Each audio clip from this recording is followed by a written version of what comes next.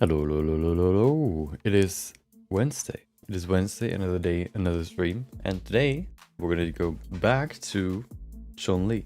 We've been working on her for I think now I think we started 2 weeks ago.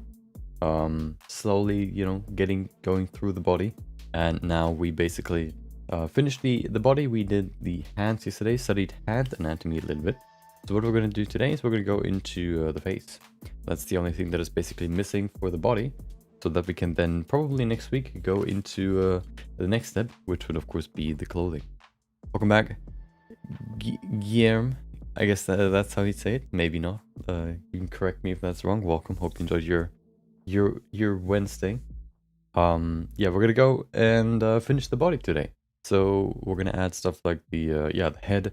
Maybe even the hair. We'll see how long it takes to finish the face. Yeah, but that's what we want to do today. Welcome back, Nebulous. Hope you enjoyed your Wednesday too. Yeah, I think yesterday's stream was pretty good for at least my understanding of hand anatomy. I think I now understand it better. Now it just comes down to practicing different poses to sort of I guess maybe a little bit practice how, hands, or how the volumes and all that shift when you move your hands. I have actually made a new pin board on Pinterest with like hand poses. So we're probably gonna do at least like a sculpting session maybe at some point, but not today. Okay, we're gonna begin with the 30-minute quick sketch as always, or well, as oh, tomorrow's the last quick sketch that we're gonna do for a while. That's crazy to think about. We've been doing them for such a long time. Yeah, but tomorrow's the last one that we're gonna do on stream for probably a little bit. So yeah, today is number 360. We have a pretty cool image, and if you want to see what if you only want to see one of these subjects and you watch this as a past broadcast or like a video, I guess you could say, there should be timestamps in the description. Once I added them. Once I have added them. Thanks, bro. Huge hugs from Brazil. Hugs back to you. You might be far away, but I can still send a digital hug. Okay, let's go over to Blender. As you can see, this is today's reference. Found this cool image. So usually what I find are these character designs, but this one's like a screensaver wallpaper. It's probably from an actual like art piece that somebody then that then got turned into a phone thingy. So I couldn't really find the original artist. We could maybe look for it real quick and see if I can find something right now. If not, if we can't find anything quickly, then we're just gonna yeah. I guess we're not gonna know who the artist is. Welcome back. Just a mouse. What is that? Is that a penguin? Looks like one of these penguins that have these yellow what are they? These yellow feathers. They look like eyebrows, or like a small this double, like this hairstyle that is parted in the middle to both sides. That's what they look like. Okay, let me see. Where am I? Wrong one. Macaroni penguin? Yeah, that one. No, not the one with the not the one with, wait. No, there are always these pictures of penguin that have these fish in the mouth that look like it's part of their mouth, in their beak. Maybe they're called that. I actually don't know. Hold on, let me grab the reference so we can see if we can find the creator. There it is. Okay. Let's see, what can you come up with? It seems like Google Images reverse whatever. Why does it say anime swordsman fan art? I didn't Google that. Hello? Can you please just look up this image? Ah. No. Nope. Maybe it's yeah, Monkey King ideas. Maybe this one. I don't know. Doesn't seem like it. No. Yeah. Seems like this source has been lost, unfortunately. Oh, maybe this one. No. Okay. Well, we tried. Unfortunately, we couldn't find it. Hold on, I want to see if that's the right penguin. What is it? Macaroni penguin? Oh, true, that's the one. Look at him. Hold on. There you go. Look at him with this two-parted e-boy's hairstyle. This one especially. Look at him. He's so stylish. He knows what's up. He knows all the new trends. He even has like black clothing on with like a white tee underneath. Perfect. Look at him. He's styling. This the perfect e-boy pose where they sort of like have this pose where they like if you want to like when they post stuff on their social media they always look down. They don't look into the camera as if, you know, somebody would just take a photo of them as they were like walking somewhere. Oh, my mouse broke it. There you go. Oh my. He needs to go to the barber real quick. Yeah, that's the one that I mean. Okay, let's get back. Okay, perfect. Let's begin. And yeah, here's the reference that we're gonna go for today. E-boy penguin, exactly. Now we need to find the e-girl penguin. With long feathers in the back. Maybe, well, what is the other one? With this very colorful beak, I think, that you can always see having like fish in their mouth. Small fish that, you know, they keep in their mouth for some reason. Or at least in all the photos that I remember. Okay, let's begin. And then we can get back to Chun-Li. Where's my timer? There it is. Welcome back, Mr. Digital Works. Guten Abend. Hope you enjoyed your your Wednesday. Wait, oh, okay, yeah, we can start. Hold on. I resetted my router, so hopefully now the bitrate is not as fluctuant. Okay. Maybe it is, maybe it isn't. It seems like it's been a little bit, but maybe that's just, I don't know. Okay, let's begin. There you go. 3, 2, 1, go. Okay, perfect. Let's get this monkey on the road. I thought about for the last quick sketch on stream maybe doing a longer quick sketch, that maybe like an hour, but I probably won't do that just because I have a different topic that I want to do tomorrow, which probably requires a little bit more time. So yeah, we're probably not going to do that, but I thought about it and I, you know, we're not going to do it. Okay. But yeah, maybe, you know, we can do that at some point, I guess. You know, this is probably not the last quick sketch that we will do on stream, but it will be the last one that we're gonna do that is part of the quick sketch year, I guess you could say.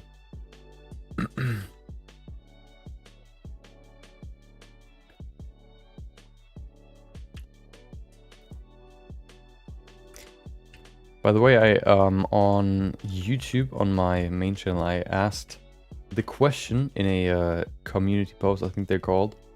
Well, I asked if somebody asked questions about Blender or sculpting in general, like specifically, or maybe even me, if somebody, you know, I don't know, interested in me or wants to know more about me. You know, if you have any questions, you can post them in that post. I'm gonna look through them. Maybe we're gonna do like a, you know, answering questions stream, or at least like a section next week, if we have enough. I have a few already, which actually are pretty interesting to kind of discuss or think about. Welcome, Maya Boltrumiuk. That sounds like some sort of you know, when you combine different words together into one name, and if you read it the first time you can't really figure it out. Maya Bold. No, I I can't see anything. But welcome. Hope you enjoyed your Wednesday. Okay, let's do this. Welcome back, Kenji. I have one question that I actually thought about when I read your name first. Is it just a coincidence, or is it deliberate that your name sounds very similar to a specific Overwatch character? Was that deliberate? Are you trying to steal his fame? Or are you his brother? Oh, hold on. Already stalling. Unbelievable. Hold on.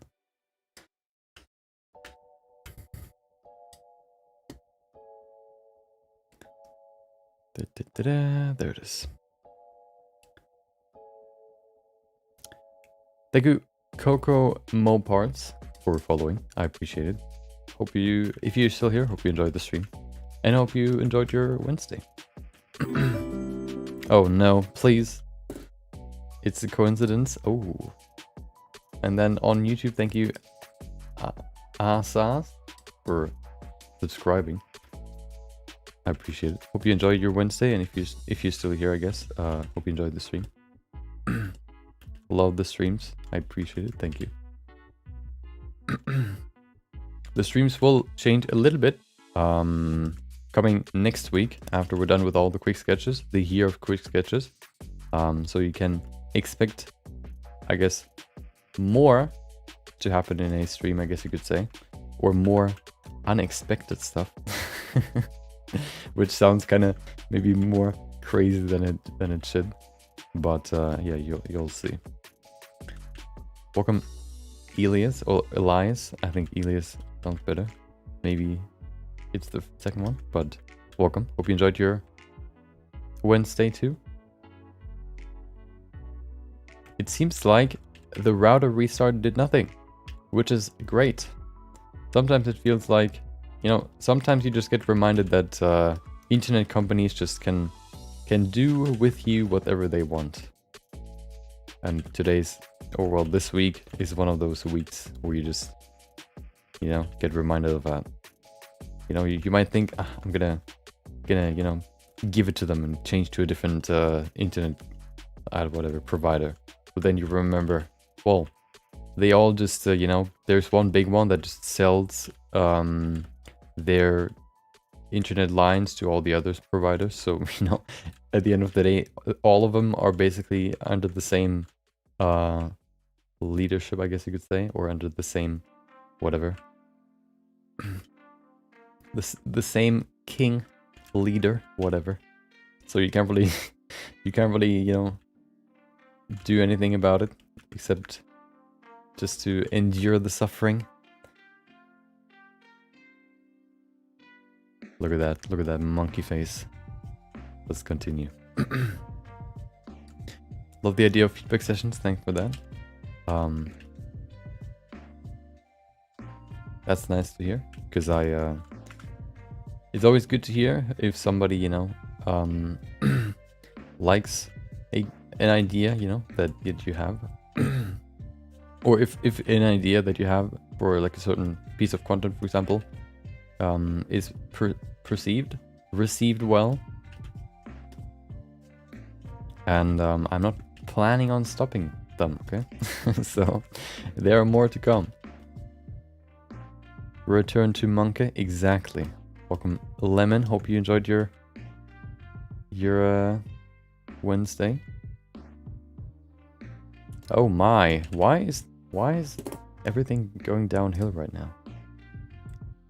Hold on, let me change my setting again. Okay. I don't know why it always drops down. As I said yesterday, I'm lucky, or I'm I'm sort of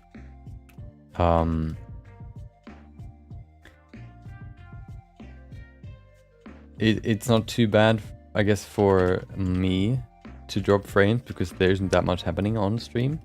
Maybe you see a little bit more fuzziness, but most of the image is like stationary, which means you don't really see like drop frames that badly than if you, for example, watch somebody I don't know, played GTA or whatever. So that's a plus, but it's still annoying to know that it's there. You can't do anything about it.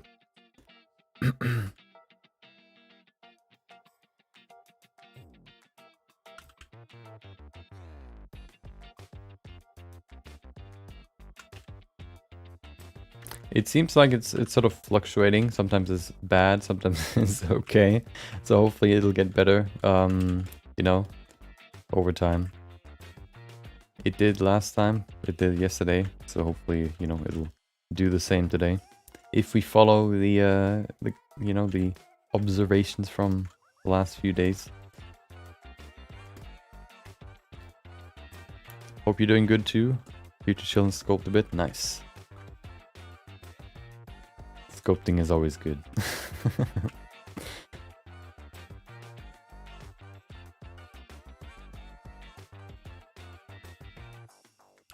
Okay. Give him a chin, because he needs a chin for this little beard that he has. I actually went into this quite freestyle, you could say. I still sort of followed the structure that I always have for characters when it comes to the how I build the face, but I went into it a little bit more, yeah, you could say freestyle. Didn't really follow the normal, I guess, procedure that I usually do.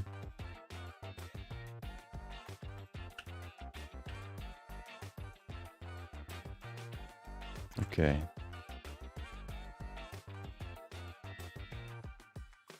Grab that, make the nose a little bit smaller, or a little bit deeper. If we already on the topic of personal feedback sessions, or feedback sessions in general, we're gonna do the next one next week on Thursday. So if you have any pieces you want to get feedback on, then, you know, post them in the Discord, !Discord, if you haven't joined yet. And then we're gonna look at them next week.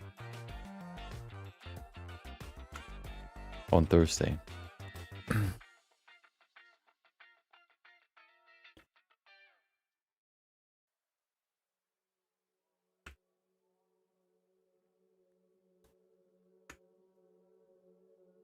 I don't know if that looks more like a monkey or more like a dude.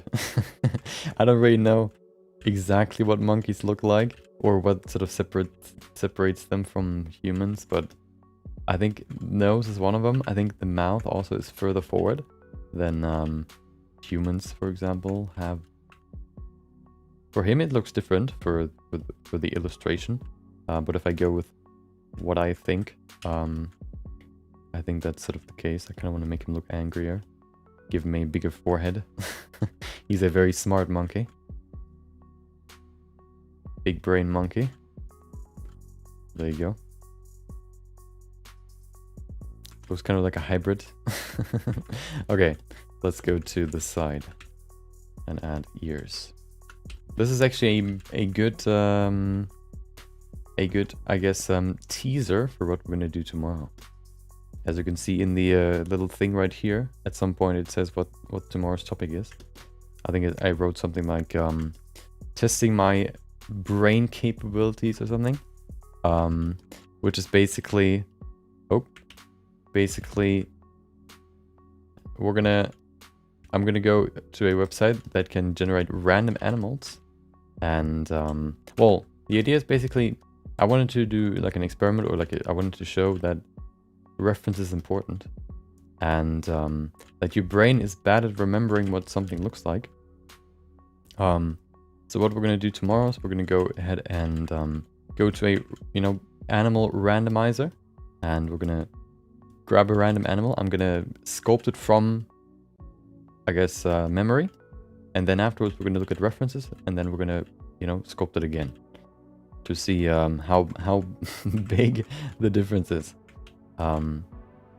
And kind of, show that you need references for a good sculpt, or at least, well, it always depends on sort of how well you can, or how used you are, or how often you've already sculpted something.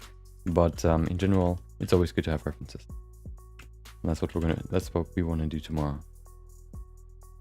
I want to challenge my brain and see how bad it actually is. Chun-Li looks weird. Yeah, this is the the pre-show, a quick sketch to warm up, and then we're gonna go back to Chun-Li.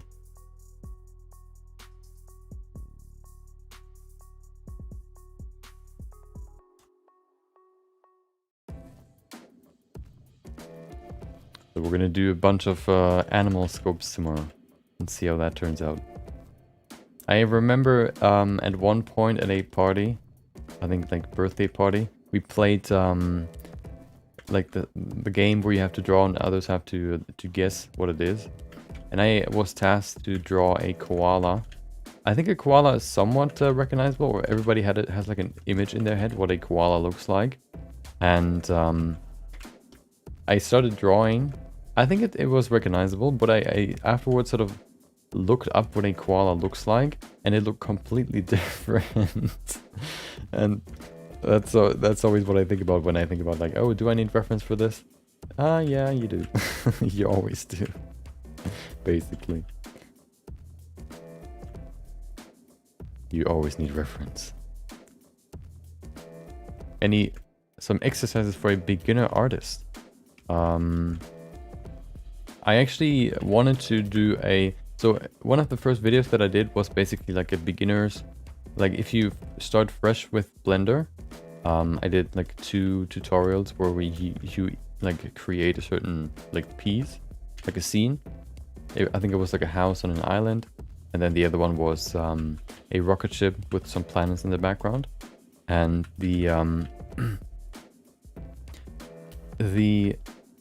there was a third one that I wanted to do, but I didn't, which was, well, I did it, but I didn't like edit it. Haven't edited it, which was basically sculpting a still image. I think a good one to start would be to just start with maybe not still images, but you know, different objects. Some objects that have like sharp edges, some objects that are very round, that have very subtle changes in their surface, for example. I guess if I kind of think about what you could start with to kind of practice sculpting in Blender, would be maybe like an apple, maybe some different fruits, maybe a pear, maybe even, I think a good one would be a pineapple, because there you have to kind of use different tools to really get to to really sculpt all the small bumps and all that for the pineapple. Just kind of see if you could find some fruits that look interesting, or that look not just like, that aren't just like smooth, but have certain quirks to them, and see if you can create them in Blender. And if not, then you kind of maybe look up how, you kind of experiment with the brushes and see, get to know them, and at some point you can yeah, you're getting better and better, basically. Okay, let's add the neck. Wow, drop frames are going higher and higher. Something's weird here. I have nothing downloading. It's let me see. 14 minutes. Okay. Network 0%. Well, that's a lie.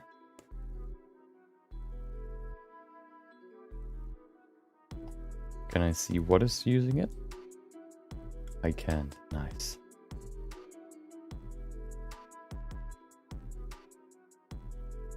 Details.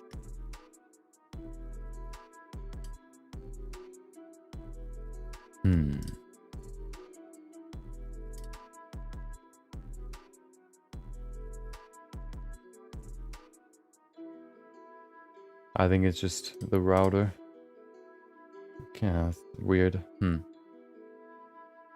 Well, let's see if it gets better.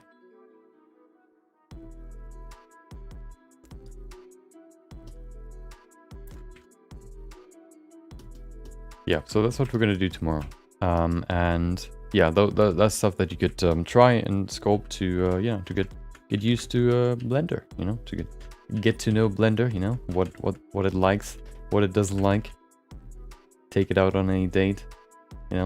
Pay for the meal, because that gives you some bonus points, and maybe Blender likes you at the end of the day.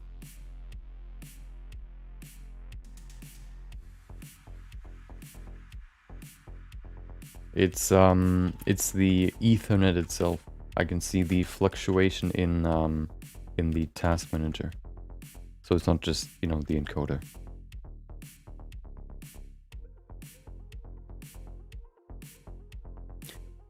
Do I want to have a... Yeah, come on. Let's add a little bit of a neck too. Otherwise, you know, the flying head looks weird. Let's add a neck too.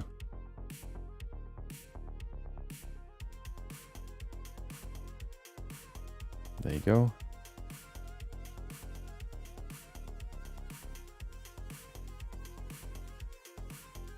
Yeah, it's just, you know, as I said before, you have to suffer through you have to suffer through the temperament of whatever king you're following for your internet connection.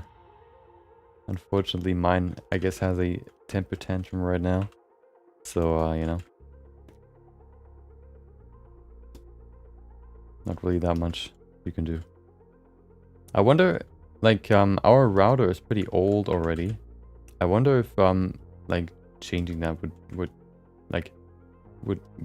be helpful, but I don't know if that really helps with, like, internet speed too much. Kind of feels more like they... Yeah, I don't know. I have no idea about that stuff. Maybe it could help, but I'm scared that if I, for example, get a new one, we don't know the old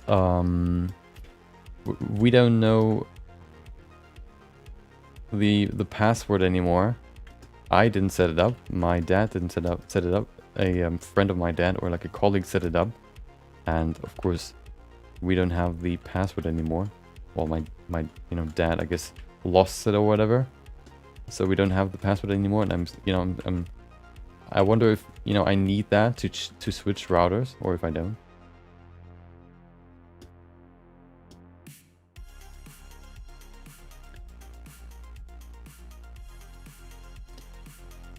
I don't think so, but, you know, you never know. Dude, it's just going up and up and up. What's going on? Is it, like, very visible, or is it not visible? Because, you know, visible, then, you know, I don't have to worry that much. Because if it's, you know, just going up and up and up, I might consider restarting the stream and just restarting my PC and my router too once again and see if that helps, because that, you know, sometimes helps. You should need that old password. Yeah, hopefully.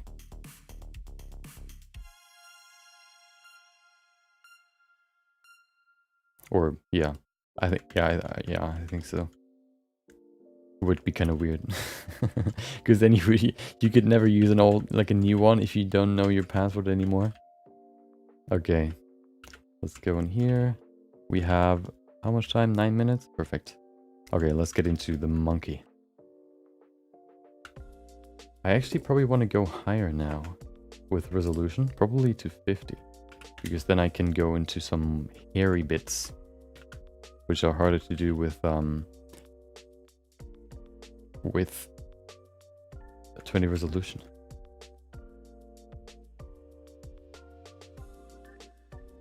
Okay.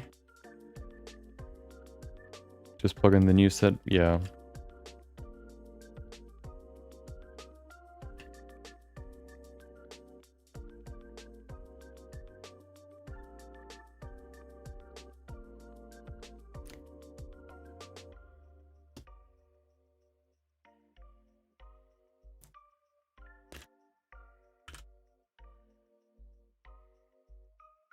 Oh, it's going down. Hold on. Maybe it solved itself. It heard what I said. It doesn't want to get restarted again. There's something that is that has a soul. Maybe. Maybe I can tame the beast, or maybe, you know, just the king is done with this rage moment. Queued up for another game of League.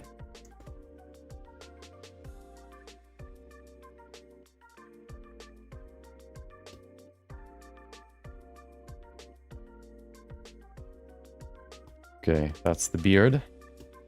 Look at him. Perfect. Let's go to... He doesn't have a beard up top, which is interesting. Well, he has this weird thing in between his teeth. but I don't want to add that. What I want to do though is I want to refine the lips a little bit, because then I can bring them closer together. Right now it looks kind of weird. He has like an open, half open, half unopened mouth, which just kind of makes it look very odd.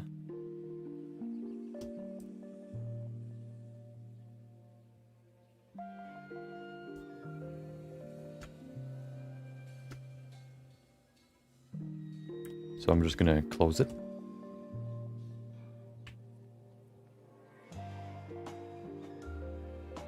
There you go. Add nose a little bit more here. Let's go to the mouth and close it. Where's my pinch brush? There it is.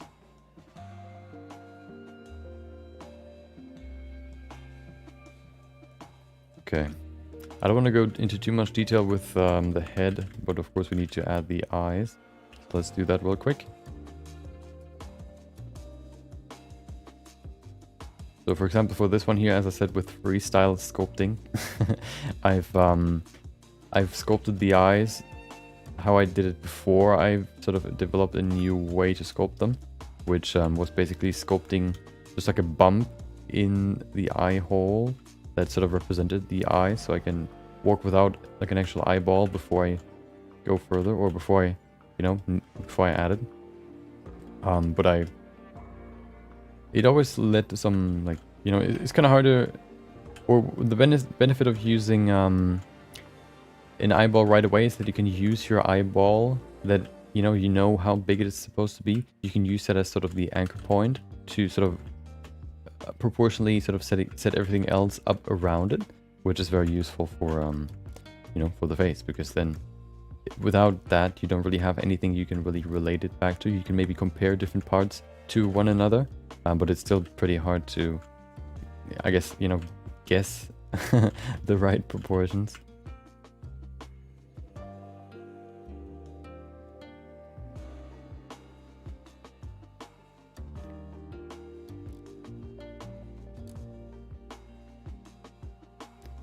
So using the eyes for like a reference point is really useful.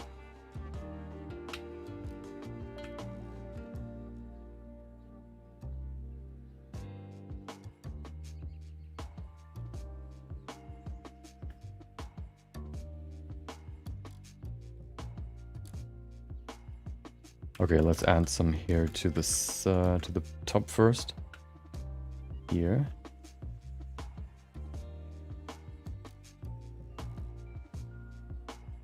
Has there was that new game that is also, isn't it, like, I think it's called Wukong? Has that already been released, or is that still, upcoming?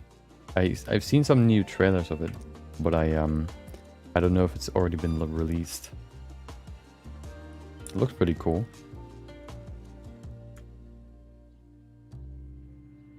The only time I've ever heard of Wukong or the story behind it was in League of Legends. But I think it's like an actual story, or like an actual like fable, or whatever you call it. Welcome, Memes or Heaven. Hope you enjoyed your Wednesday. It's already Wednesday.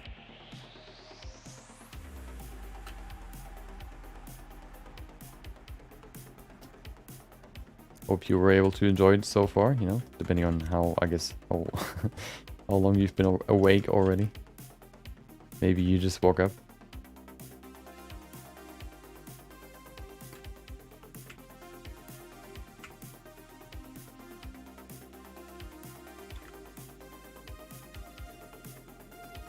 Okay, those hairs look kind of crazy, but that's exactly what I wanted, so it's perfect. They're not as sharp as I want them to be, so how about we add some more, a better fall off. How about we use sharp? That's better.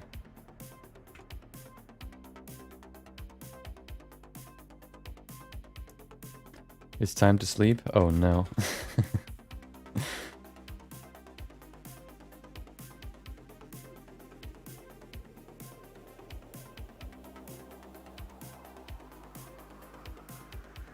What time is it in your where you live? Is it already, like past midnight. Oh wow, that's a lot. Okay.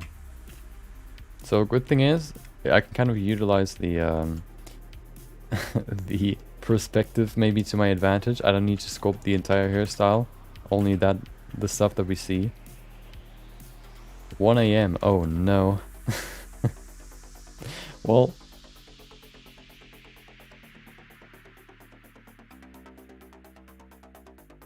it's a little bit unlucky, I guess.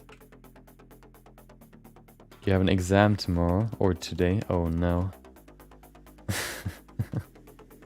I actually, every time I do exams, it's always the same for me.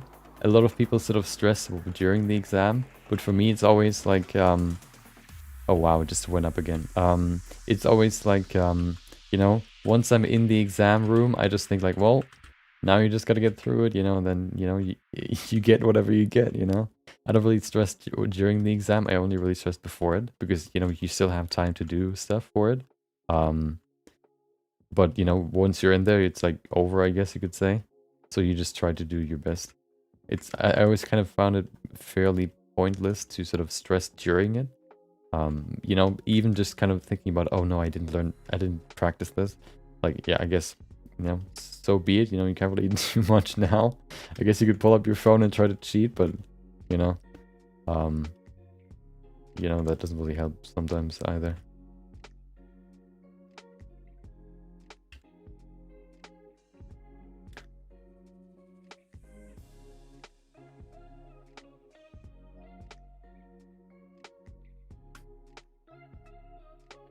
I'm not saying you should cheat.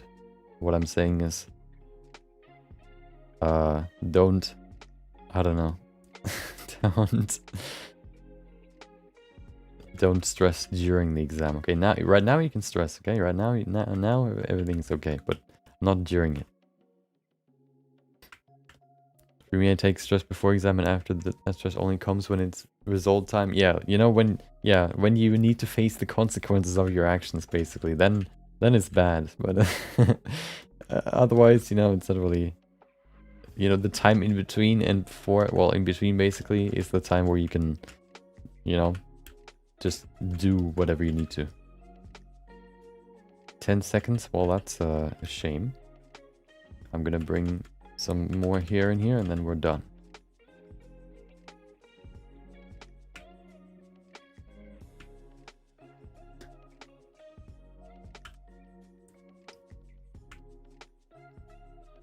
What's the exam about? Is it something like where you had to learn for, or that you had to understand?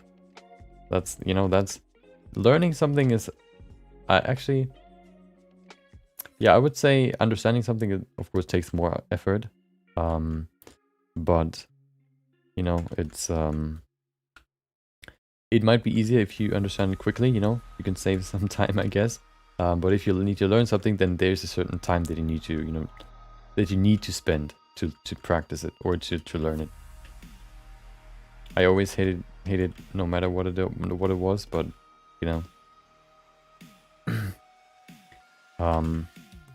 I at least in like biology, where you just have to like learn something, I found that was easier than math, for example.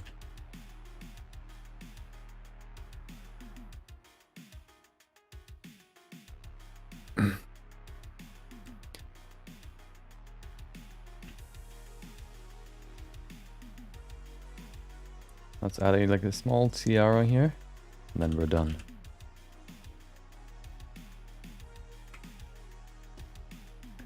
Keep doing what you do. You always make an incredible job. I just saw your channel today, but really love it. Thank you. I appreciate it.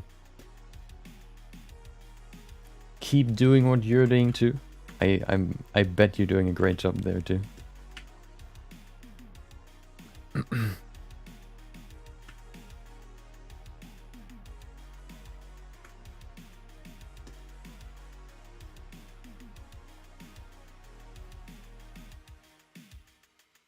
Okay.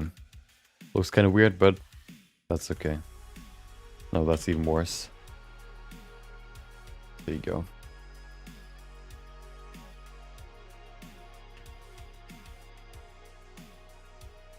Okay. Mr. Monkey's done. Let's get into some post-production. Well, into the final render, I guess. One thing that I want to do is I want to give him a more dynamic pose by using the mask brush. Well, not the mask brush, but the rotation brush, I guess. Transformation tools, you could call it. Computer architecture is the name of the exam. Oh no. Oh, I actually had something like that, I think. If I, you know, well, in school, is it about like what computers are made out of, and what all the parts do individually? That's what we had in my apprenticeship school. To understand, you know, all the parts and what they do, and you know where they came from, old versions, and you know how you change stuff and stuff like that. Even though I'm, you know, using computers a lot, I didn't care about it at all.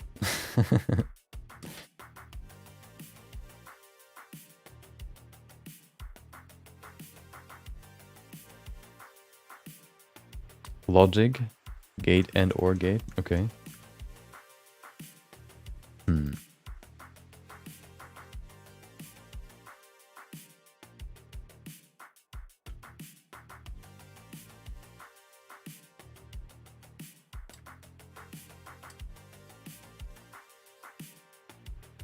Okay, there you go, look at him.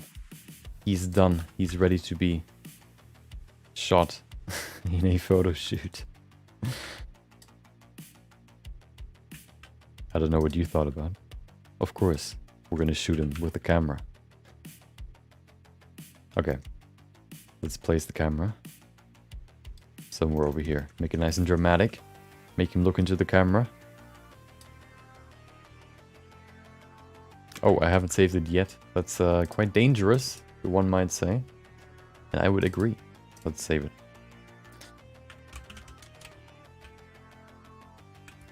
Um, 360. I don't understand what I'm in this technical field because I wanted to become a game artist, if I remember correctly. Yeah, I mean, I think that's always, you know, how it is. You know, you want to learn a specific, or you're in university for something that you want to become, like a game artist, for example, but then you have to learn so much other stuff too.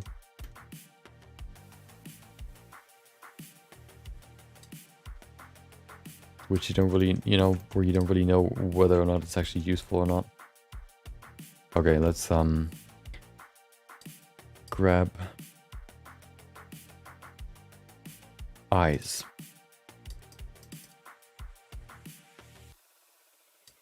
I want to grab some eyes. Where's my blender? There it is. Resources. I need my face mesh.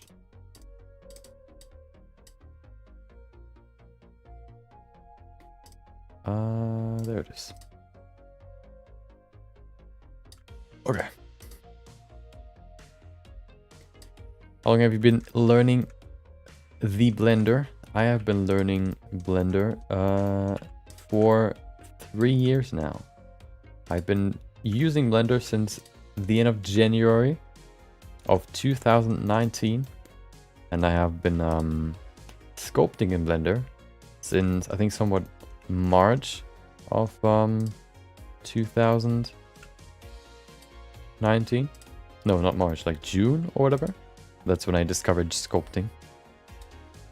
And I thought about like, hey, that's basically, you know, basically drawing but in 3D, which sounds pretty cool. And then I, you know, I never stopped. Well, I stopped for a little bit, but then I never stopped. Okay, let's do this. So let's make a focus point real quick. There you go. Damn drag, there it is. 1 and then 2. This one of course needs to be Z, I think, yep. This one too. Z, there you go.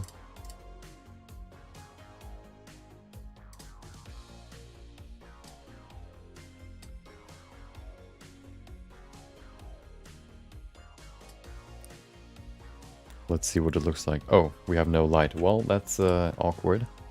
Let's grab lights. Somebody asked me on my female body time-lapse video how long I've been doing this sculpting. And I thought about, like, I always attribute some of my anatomy knowledge to that I drew before for 3 years in high school. And that's where I sort of studied the human body a lot. I think that's one thing that helped me a lot when it comes to, you know, I guess accelerating my sculpting capabilities. Or at least, you know, once you know the anatomy, you only really have to learn the software that you use, which of course made it a little bit easier. So I basically had like 5 years of, you know, practice, I guess, instead of just 2. If somebody just asked me, hey, how long have you been sculpting? You know, I you know, say 2 or 2.5. I think now it's 2.5. But it's actually been, when you kind of count everything together, it's more like almost 5 or 6 years. If you know, include drawing. Which is quite a long time.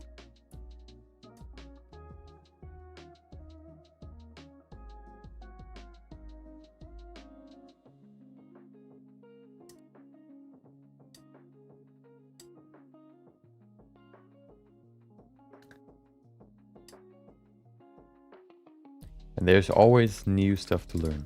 So you're never done. You're never done learning.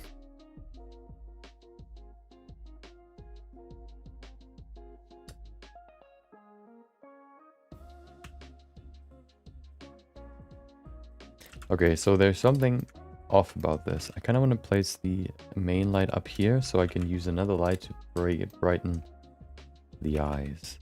You know what? Maybe we could actually just not brighten the eyes. How about that? Oh, that would look like that. Maybe that's a little bit too dark. Maybe. That could be cool. Now it's your work? No. It's not my full-time work is graphic design and I guess animation stuff. I don't, you know, I don't do 3D professionally or full-time. Sometimes I do some 3D stuff at work, but it's more, you know, like a side thing. It's not like the main thing that I do.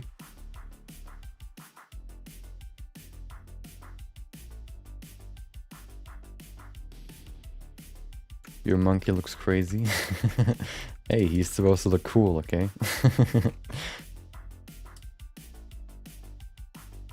I think it turned out pretty well. It looks more like a dude maybe than a monkey, but, you know, close enough.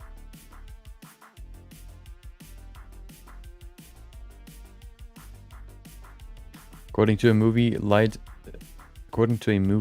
door, when making a cinematic scene to side facing the camera is always the darker side. Really? Let's see what that looks like. Like this? Oh, yeah, maybe. Let's do it like I want to have one light here though, just to brighten it up just a little bit, maybe to 25. That's too much. Maybe 10. That's still too much. How about 2? Yeah, just to kind of brighten it up just a little bit so that we can see something, you know?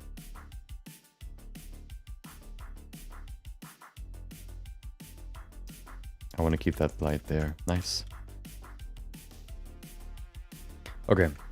One more thing. Depth of field.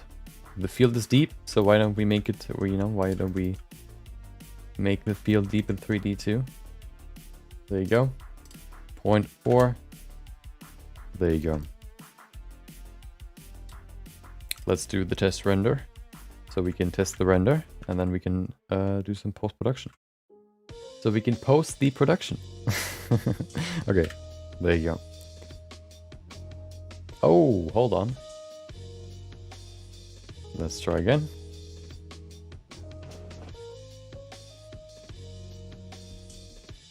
Okay, doesn't do anything. Let's try again. There you go. Oh, wow. Internet is still not better. Something's really not good. I don't know what it is. Maybe my dad is trolling me and downloading something.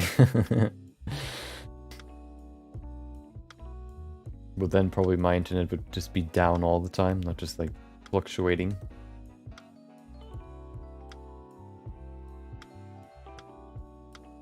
Weird. Well, light coming from below makes the character look scary, whereas shadows over the eyes make the character untrustworthy. Yeah, like, I mean, yeah. Yeah, underneath always kind of looks very weird, or yeah, you could say scary, and the other one looks very ominous, I would call it. I guess that's the synonym for untrustworthy.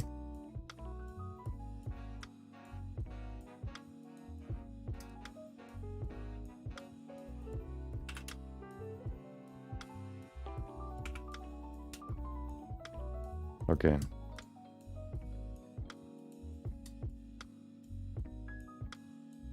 Might not be the best one of my quick sketches, but at least, you know, it's done. Let's do the render, the final render, so we can go into Photoshop and finish this piece. Looks so badass. Thank you.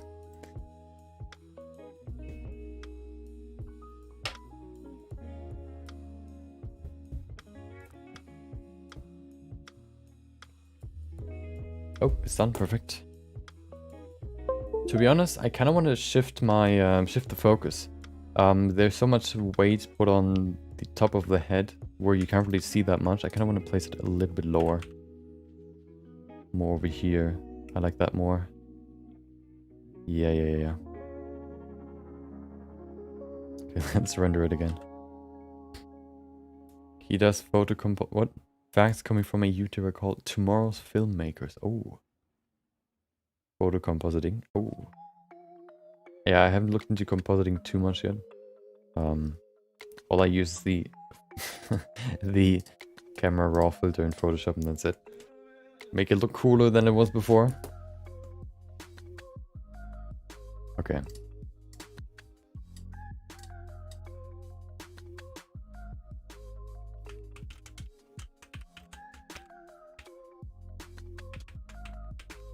Perfect. Photoshop is ready. There it is. Okay. So, oh, hold on. I have not changed the color. Wait, hold on. Do we need to though? Do we need a different color than green? I don't know what I used the last few days. I immediately forget. Oh, we've used green yesterday. Well, that's unacceptable. So we're gonna use another one this time. What could we use? What haven't I used for a while?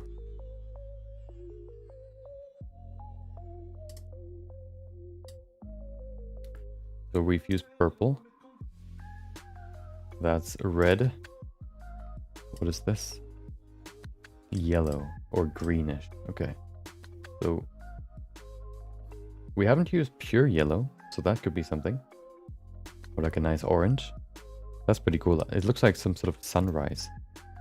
Yeah, I like that. Okay, let's do it again. Darkness light, darkness color. Did you know that you can actually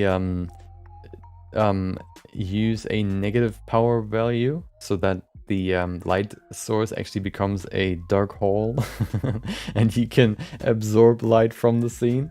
It's actually pretty funny. Let's see if we can do that here after. Hold on. Okay. Oh, dude, I saved the wrong file. Yeah, let's see. Let's see what that looks like, or if it works here. I've watched a video about that a long time ago, and I want to try it myself. Hold on. So if we go in here, and where's my light? This one. So let's see. So we can make it. We of course can set it to 0, but what if we set it to -1000? Oh look! Oh wow! What is that? Oh no! What is that? Oh, because it's orange, so it absorbs all the orange color. So So you only see, you know, the opposite, which is blue. So if you set this to saturation 0, it gets black. So we can make dark hole lights like this. You can probably create some pretty cool effects with this. Look at that. Looks pretty cool. Oh, whoa. Oh, okay, that's a little bit...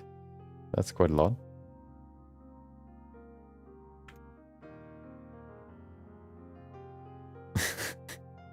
Yeah, so if you you know, if you ever want to do some dark magic stuff, there you go. You can use negative lights. Yeah, it kind of looks like it's stylized. But we don't need it. What if we do this? You can... Oh, the cool thing about this is that you can create some cool matte colors. But I guess that's... You can also just use the standard color to do that. You know, you can just set it to plus 1000 and then invert the color. So it's not really that great. Not that practical. But now you know. You can invert the power. Okay. Welcome back, Hustler. Hope you have been hustling. Have been moving some weight. I don't know. Pushing your life forward. Wait. Oh, okay. Personally started learning Blender like 3 months ago, and now I'm focusing on sculpture. What's your best advice to give to somebody like me who really feel like... I really feel what you're saying. Welcome, Nidka. Hope you enjoyed your Wednesday. Well, the first thing that I'm gonna say to you is, well, somebody commented under the time-lapse video. What was it? It'll take me forever to get to this point, and I said, you'll get there faster than you think. And then I think I said, as long as you have fun during the process, you know, during the learning process, you know, you'll be there faster than you think. So, you know, make sure that you always have fun. But I guess, you know, you're asking more about very, I guess, tangible things, or, you know, like strategies that you can do.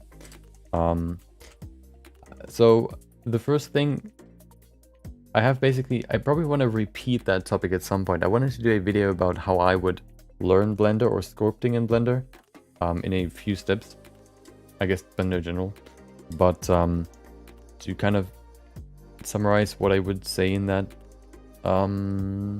video would be, have a nice day. Okay, I'll see you, meet to heaven. Hope you pass that test. Hope you know, hope you get through it. I would probably say learn the basics, so understand the tools. Get comfortable with the tools. So just do some fairly basic scopes to get, you know, to kind of learn how the tools work, maybe small quirks and all that.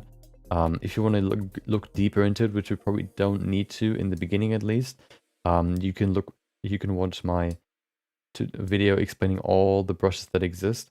If you, for example, looking for a very specific brush that does a certain thing, maybe that's, you know, you can look into that and see if, you know, you find what you're looking for. Otherwise, you know, learn the basics, because the basics are the most important part. Sculpting a few simple things to, you know, get used to it, and then kind of decide what you want to do. Do you want to sculpt characters? Do you want to sculpt creatures? Do you want to sculpt, I don't know, hard surface maybe even? And then either look up a tutorial maybe, or like a course or whatever.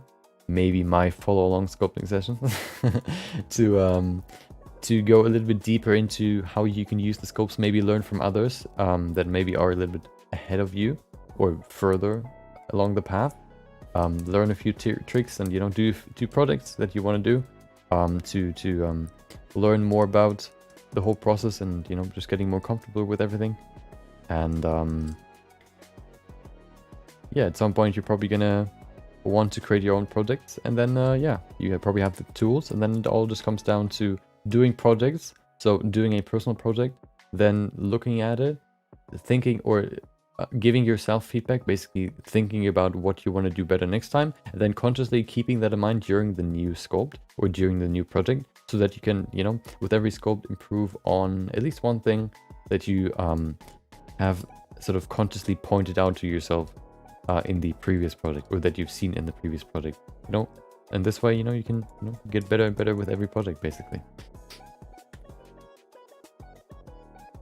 That's how I did it, at least.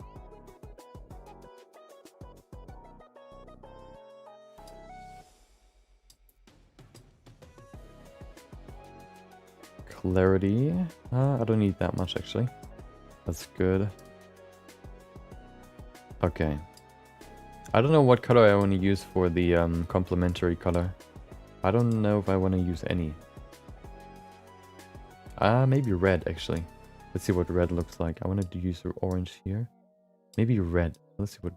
no, I want to use orange here. Makes it nice and warm, and then we can add red to the mid section, which looks kind of weird. So not, maybe not. That looks pretty cool. Dark blue, maybe. I don't need hair highlights. Maybe dark blue looks good.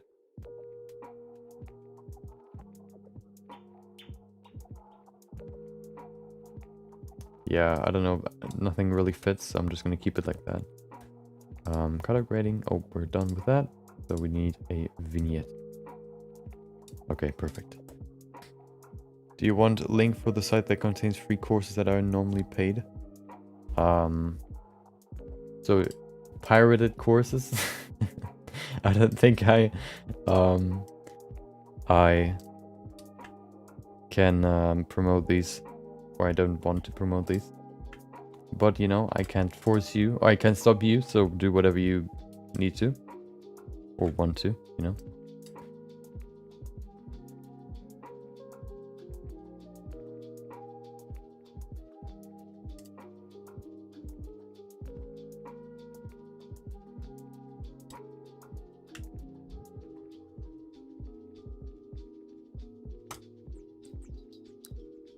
Okay, we're done. Perfect. So, it is time for the ritual that probably will end next week. So you don't have to suffer through the same compilation over and over and over again every day.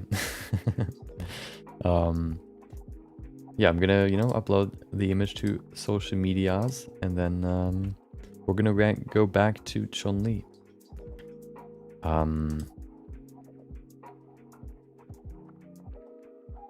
So yeah, hold on, I'm gonna need to upload it to my phone, and then we're good.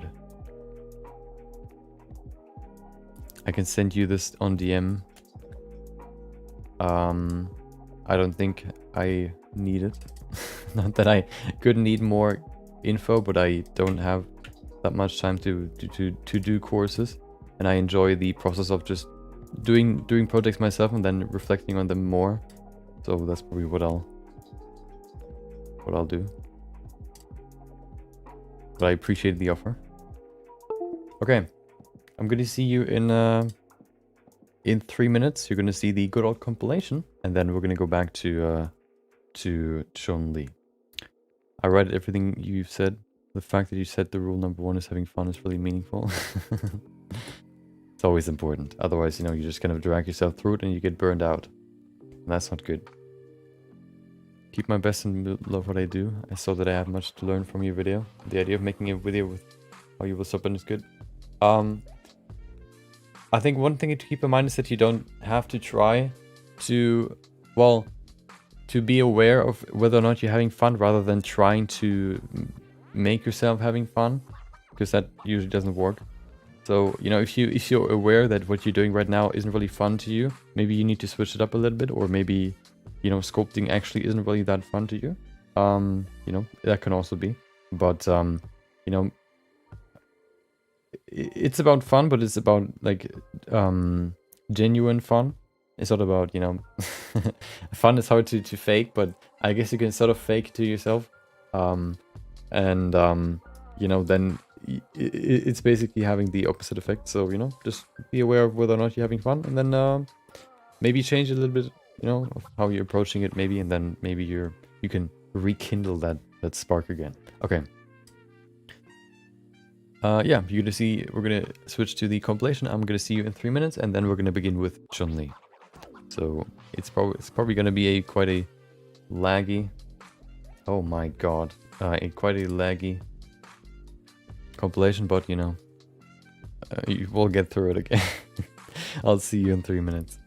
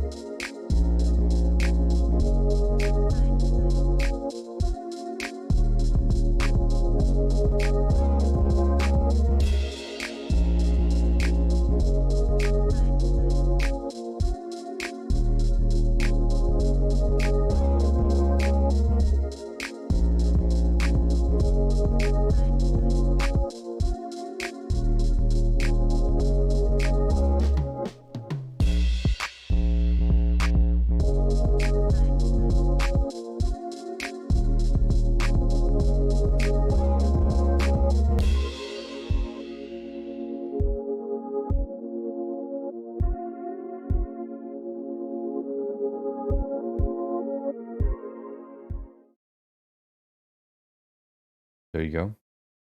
We're back. But not yet, because I am too slow. And I need to still finish my upload. Okay. At least you can look at Chun-Li, so, you know. There you go. What do I need? What do I need? Oh, yeah.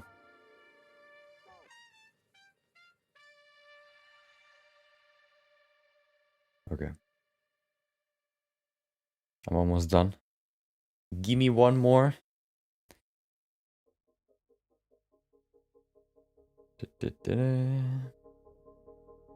What was all that creation? Those were projects that we've done in February and March. So quite a while back, almost a year. That's what we've done on stream, basically. Most of them were quick sketches. Some of them were other sculpts or other projects. 360.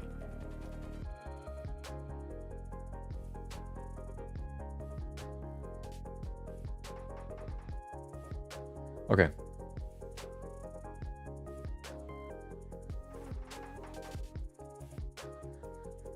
Perfect. Okay. It is time.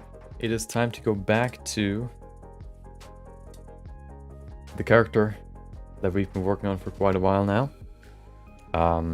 We've sculpted the hands yesterday. As you can see, we've kind of, you know, highlighted the anatomy a little bit more. We went deep into the anatomy of the hand to understand it better and learn more about it. I'm actually quite happy with the thumb here. might be a little bit long. Actually, no, it looks pretty good. And then this one too. This one was basically the sort of confirmation of, or sort of practice of all the knowledge that we've gained yesterday, you know. So this one was sort of the refinement or sort of manifestation of the knowledge. But that's not what we're going to do today. We're going to go into the face today. The one thing that is still pretty rough. We're going to go into that today. Your how to sculpting tutorials are great. Thanks for taking the time to record them. I appreciate that. M01001001. I'm sorry for missing that 0. I appreciate that you like them. You know, maybe you hear sometimes people or YouTubers saying like, you know, sometimes the most popular videos are the ones you spend the least time on. That's sort of the case for the time-lapse video that I uploaded for the female body. Didn't really expect any, you know, much from that, but apparently a lot of people like it. I really hope that the follow-along sculpting sessions might be very popular too, because I like to do these a lot. They're very long, but you know, maybe I would love for that become like to become like a very, you know, popular, I guess, series on my channel, because I like to do them a lot. But you never know, you know, if they, you know, if I'll probably do them for like a, you know, for a few months and then see if, you know, people like it, or maybe a little bit less, to see, you know, whether or not people are excited for it or whatever. And then, you know, if not, then I might change it up a little bit and do it a little bit differently. But you know, I'll probably always do some sort of commentary while sculpting. You know, there's just the info transformation or transportation might be different. Like for the follow and MO1, let's say that, or MO1001. Hope you enjoyed your Wednesday. Okay, let's get into the face. I think, yeah. So I'm not going to just take this and sculpt on it, because the thing is, it is asymmetrical. What we could do is we could maybe just rotate it back. Hold on. What if I rotate this back? Can it just completely go to 0? Oh, it can. So we could actually use this. So I might just duplicate this, push it to the side, and then hide everything else, so that I can then, I'm going to rotate this back to 0, so that I can use this as my head base. And once I'm done with the face, I can bring it back to the original spot and exchange it with the one that we have there right now. I think that's what I want to do. Okay, let's go in here and get rid of all this. All we need is the face. Wait, what? Oh, there you go. Bring it back to 0, to the middle, so we can see it in this small camera too. Okay, let me see if I can find a good image for her face. Of course, especially when you talk about like game characters, they oftentimes change their face a lot. Same with movie characters, for example. Just because different studios, you know, don't really necessarily care too much about the likeness of the characters that they, you know, I guess, have in a game. So you can oftentimes see, for example, I guess the best example would be Harley Quinn in all the, well, in the newest, what is that new game called again? The Suicide Squad. The Suicide Squad game, Harley Quinn looks way different than, for example, in the Batman movies, just because the studio is different, and I guess they interpret the character differently or whatever. So, you know, they look different.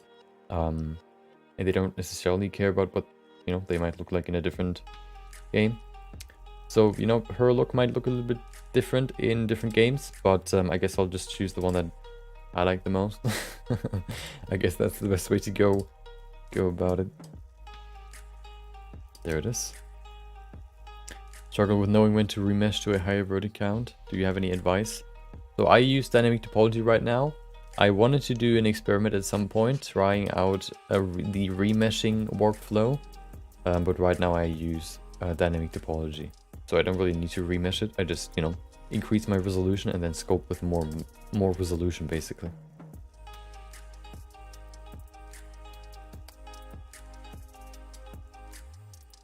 So of course we have this one here, where you can see the face quite well. I think this one is sort of the best one. We have this one too, but this one has less definition. It looks more stylized. I think I want to go with a more realistic style.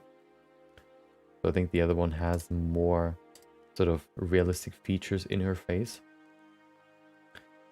We have a few more, but these ones are more...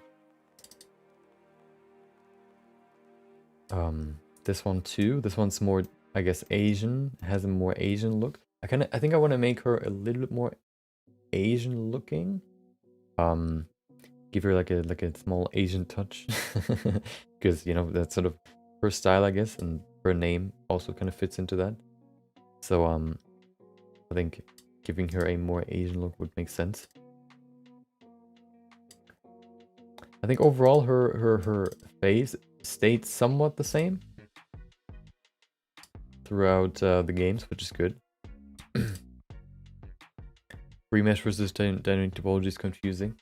Do you mean when to use which, or overall either workflow?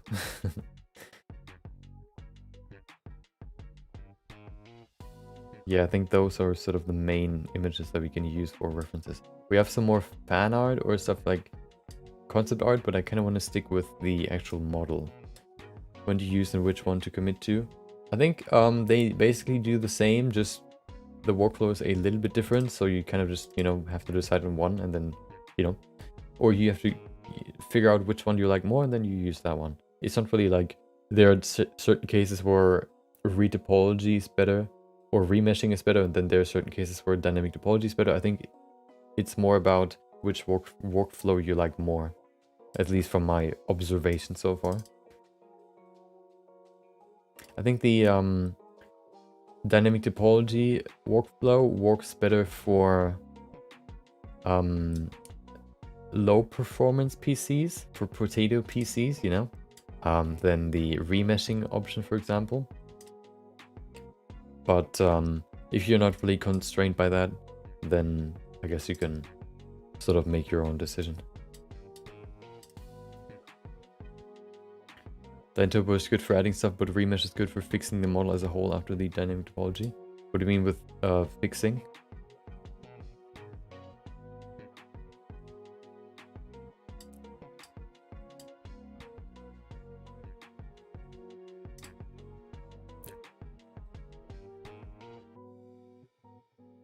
I think we're gonna go with this one. One thing we need to, well, the good thing is I actually have the model right here. So we have different, well, we don't really have different different perspectives necessarily. I think I actually like the other one more. This one has a more neutral face, a more neutral expression, which might work better because then we can, what I like to do with characters is I like to sculpt them in their neutral expression first, and then I adjust it to the actually, you know, expression. So I'm probably just going to use this one for the reference. It evens it out. Yeah, I haven't played around with the remeshing too much. You can also even it out in dynamic topology though, so you know. The good thing is about dynamic topology, the whole sort of concept is that you only really add more geometry to where you need it. That's sort of the benefit of using dynamic topology. So you can go way higher with the resolution. You can add way more in detail with dynamic topology than what you could with remeshing, for example. Because with remeshing, you would have to recalculate the entire mesh. And if it's very detailed, or it needs to be very detailed, then it's hard to do that with remeshing. Remeshing is better performance-wise than, or less intense performance-wise than dynamic topology, but it's not that much better. So Yeah, that's one of the problems. One of the refs is too swole. She's very swole, so, you know, it's fitting. But yeah, I think this one's good. Let's go with that one. Yeah, I mean, I guess we can begin. Let's go into sculpting. And there it is.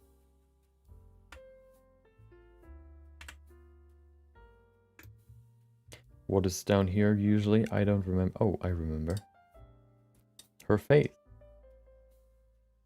Okay.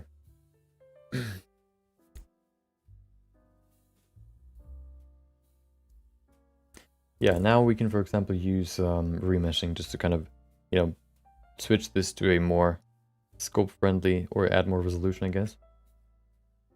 Maybe that's, I guess it's good enough, because now I used dynamic topology. There you go. 20 good enough? Let's see. Yeah, perfect. Okay. Let's begin with the face.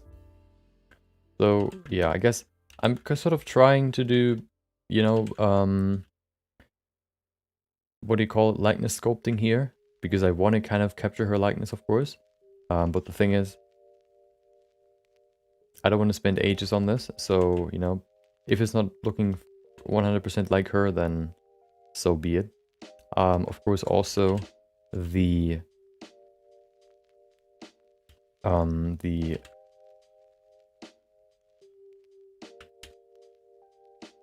it's not gonna look like her until I've added everything.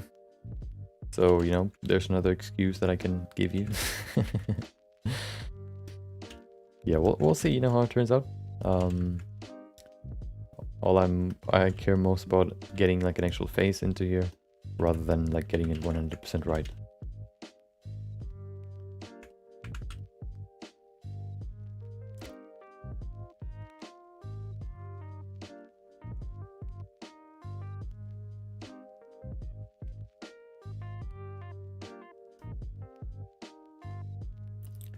So let's add all the pieces first, and then we can go into more detail. So we have the eyebrows, at least partially. That's good. Let's go to the side here, and oh, we need more geometry here. Okay, perfect.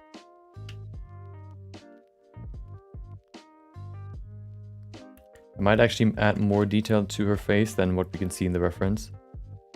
We probably won't see that in the 3D print, but who cares, okay? Who cares? I do not.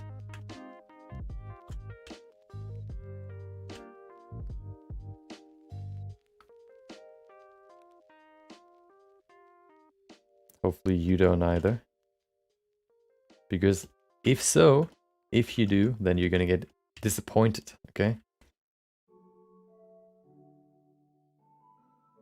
Yeah, I think I want to add some more.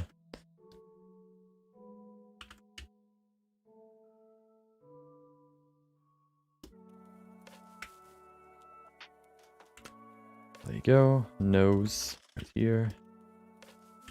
Go into the nose tip. Okay.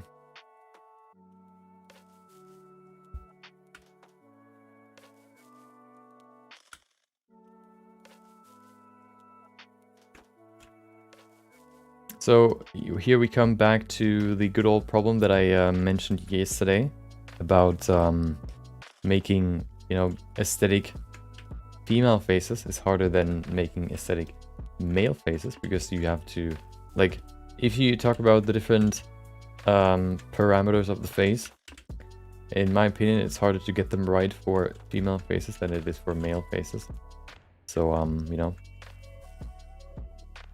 it might, you know, it's just a little bit, you have to pay more attention to the small details, and which can make it a little bit harder to get female faces right. Because they're so soft and so subtle in their details, or in their shape.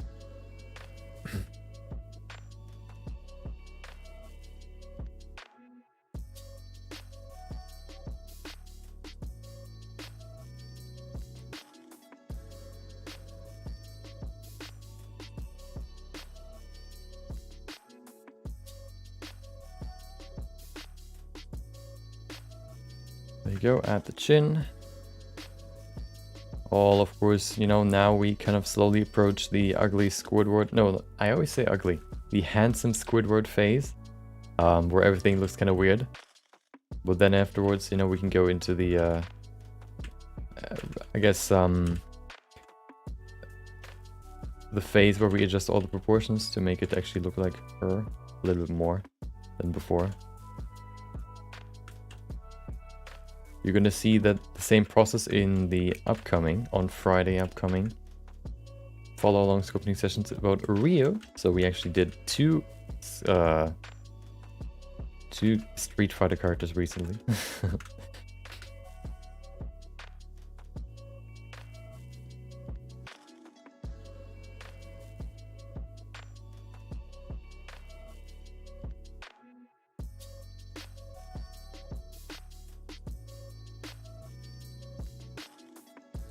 Okay.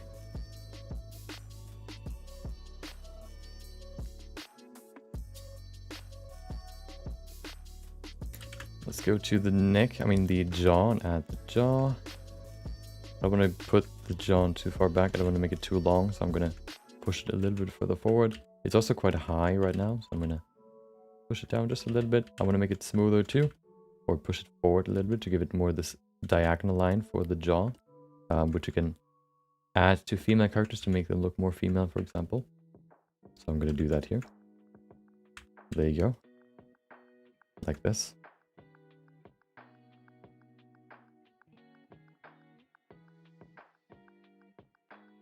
I want to push back here a little bit.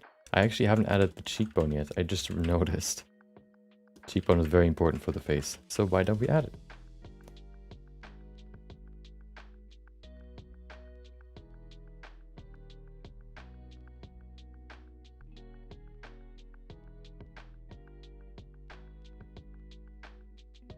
Another important factor to make a face look more round or soft, the cheekbone. Head looks quite big. I always, when I sculpt characters, I start with a pretty big head, or I start with a, you know, a head size, and then it gets smaller and smaller.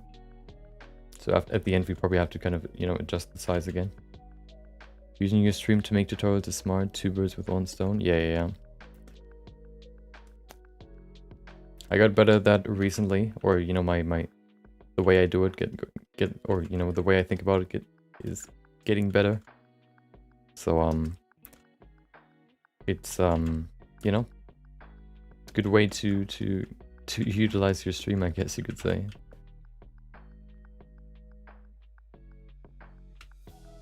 Otherwise, it's just, you know, wasted potential.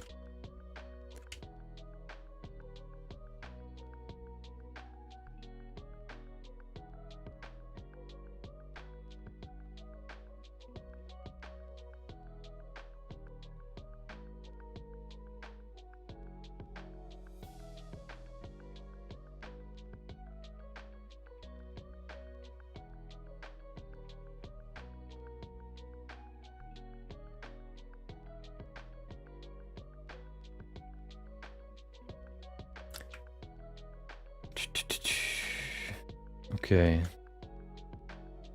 I'm already adjusting proportions.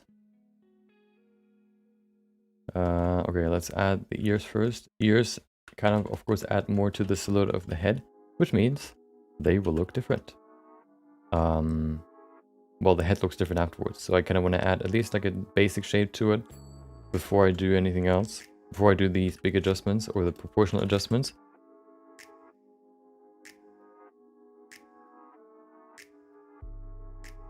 There you go.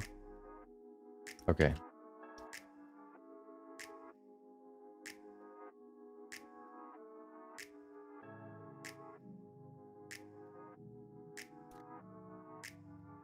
Then sell the models you make while streaming. I usually don't sell, well, I don't sell my models.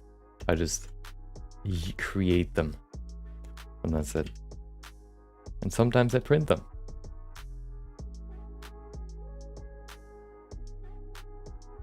So this one will be 3D printed as well. So I need to figure out how I want to paint them. I haven't thought about that yet. It seems like a very big time investment, which I'm scared of committing to. So I'm still trying to figure out what I want to do there.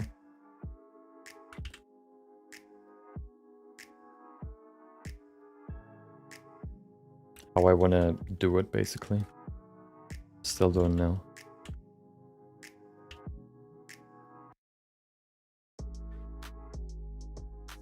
Okay, the head looks kind of weird.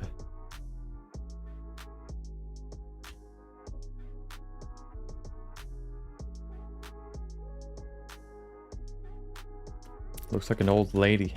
I think the need some more space down here.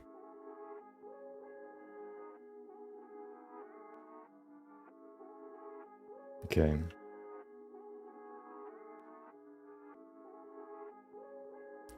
Model kind of looks like Putin.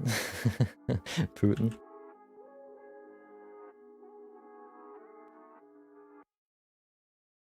Right now it looks like anybody. Because we haven't adjusted anything yet. Okay.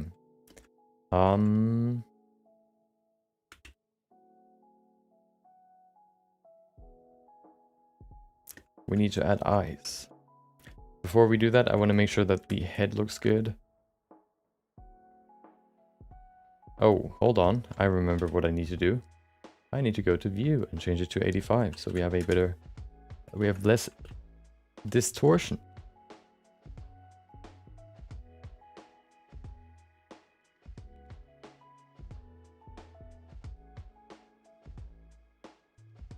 That's better.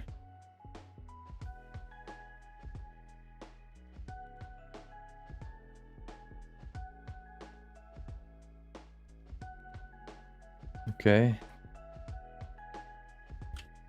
Let's add some more fat here. Make everything nice and soft. Because as we said before, she has a certain, you know, she might be fit, but she still has a certain layer of fat over her body, which makes everything look more, you know, softer. So I kind of want to keep that in mind too. Always 85. I like to use 85 because it's a good focal length for faces. And I usually do characters and faces, so you know, I usually use 85.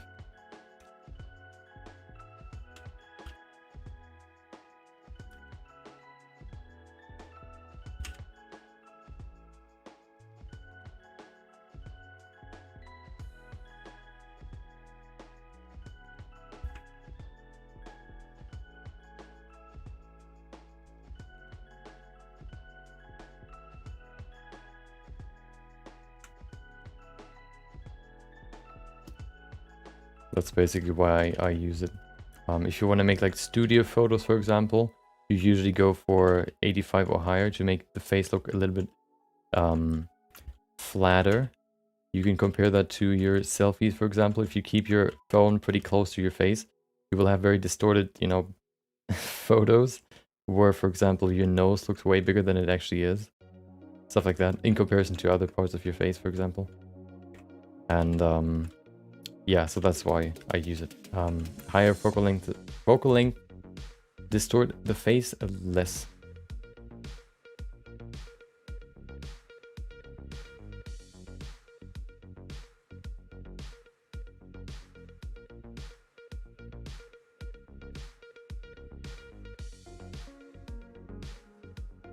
I like the song. I don't know why. It's a good, a feels good song.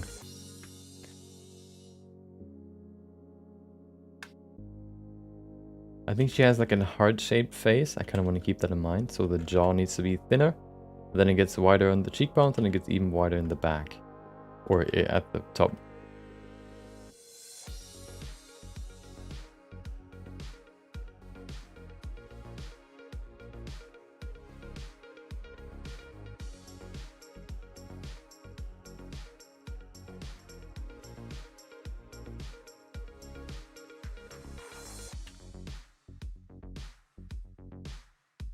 Okay. The chin might be too long. I'm gonna push it up a little bit.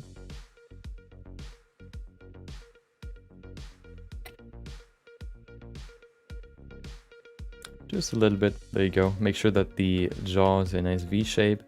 That's one thing that can look weird from the front, but you don't really know what it is. Always make sure that your jaw is a good old V shape, as you can see it here. Zip. Okay. She lost some definition down here. Let's give it back a little bit.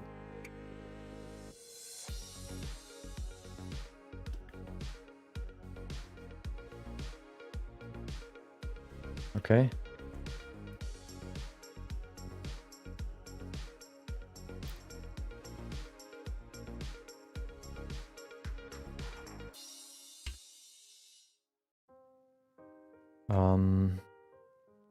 We don't need a neck necessarily, but I kind of want to add one just to adjust my face around it, the head. I think it'll be useful. We can remove it later anyway.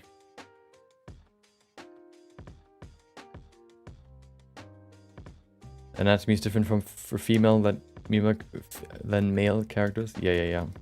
Well, there's slight differences, but the main anatomy is still the same. So you can't, just you don't need to learn anatomy twice, basically. They're just slight variations that change, basically. In small stats in the character sheet that change, basically. But overall, of course, the face stays somewhat the same.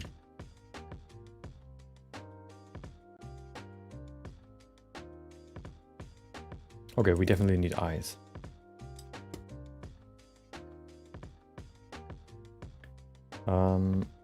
I'm probably gonna grab the right eyes right away. Okay.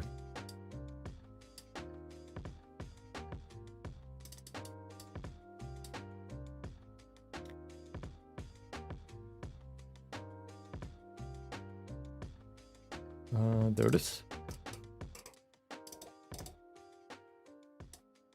There it is. Okay.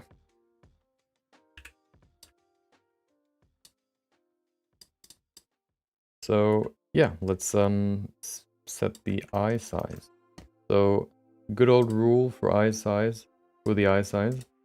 Make sure that you make sure that you're happy with the head proportions and head whatever, everything about the head, looks good. Like the head shape needs to be right.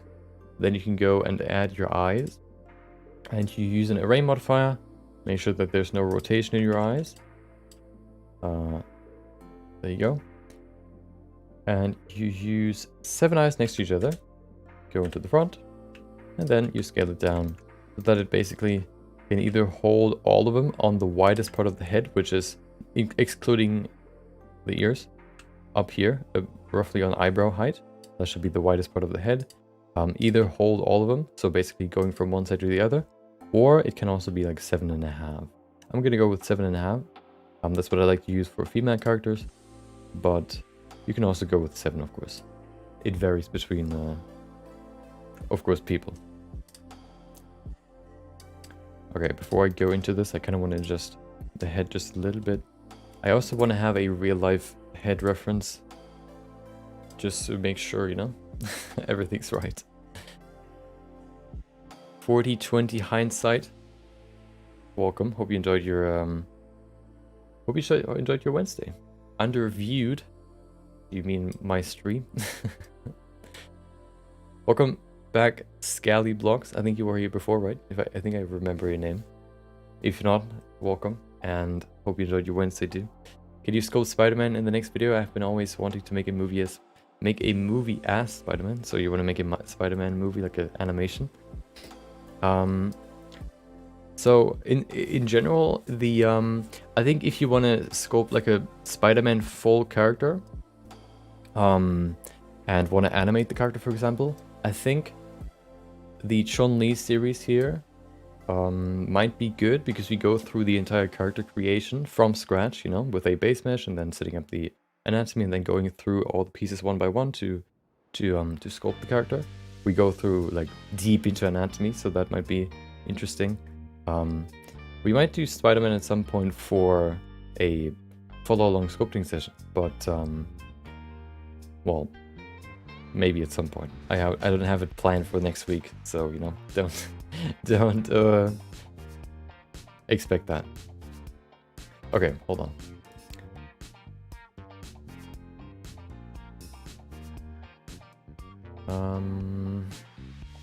What do I need? Oh, faces, of course. So just adding the 3D modeling tag. I think I have that added to my stream. Can you see the tags? I think I used that one. I don't remember exactly which ones I used, but I've added tags to my stream.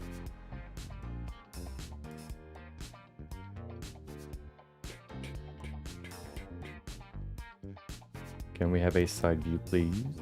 That's a good one. Can we have another one, please? All of them are from the front.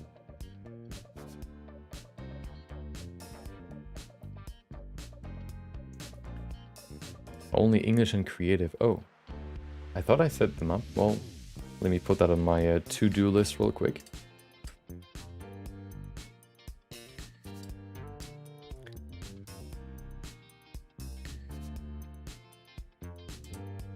Add 3D modeling to Twitch tags. Maybe they got reset. I don't know. Okay, yeah, I'll do that. Thanks for the tip. I thought I set them all up, but apparently not. Okay.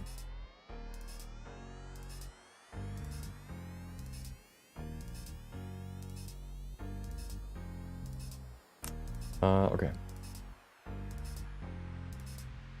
Maybe, I don't know if I can, yeah, I should be able to. I guess you set the tags for your profile, not for your individual streams, right? Because I don't know how Restream uses the Twitch connection, but yeah, that should, you know, the tags have to come from somewhere, so I guess, you know, I set them at some point. Okay. Do I have any good references here? They're all looking to the camera. Okay, hold on. Female, face, side.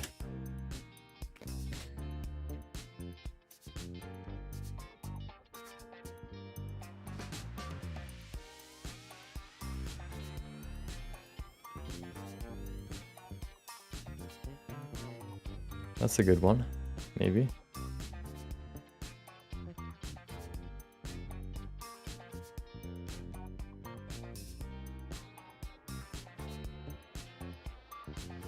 Okay, I think I have one. Yeah.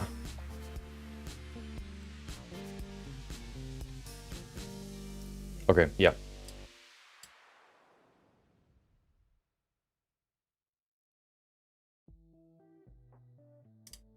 Okay, let's use that one then. Wait, I lost it? No, I didn't. Okay, perfect.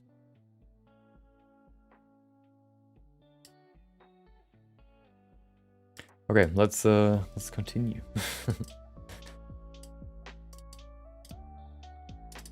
Can you actually look for tags, or how does that work? Usually I just remember that tags are that that Twitch sort of sees which tags you watch the most, and then it recommends them to you. I don't know if can you actually look for them?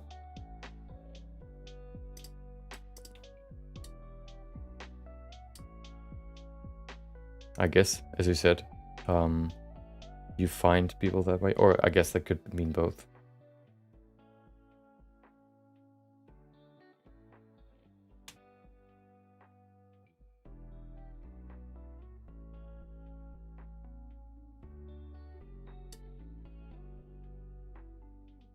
Okay, it's like a sorting feature. Oh, okay. We'll see.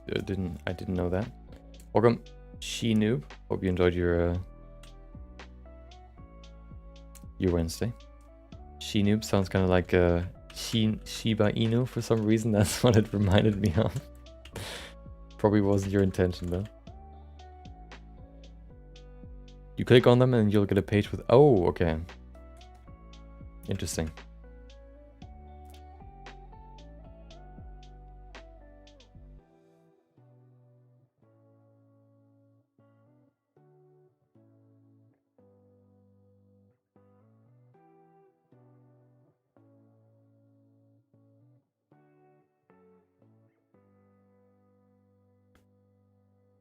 I always say it's just a female noob. Yeah. Okay, wait. But why did I... Oh, I wanted to look at my... Yeah, I want to do a few adjustments here. I want to push this back a little bit. There you go. And then look at the eyebrows. Push it back. Okay. That's looking mighty fine, if I do say so myself. Okay, time for some eyes. Look at him. She's already anticipating it. Look at her smiling. Okay.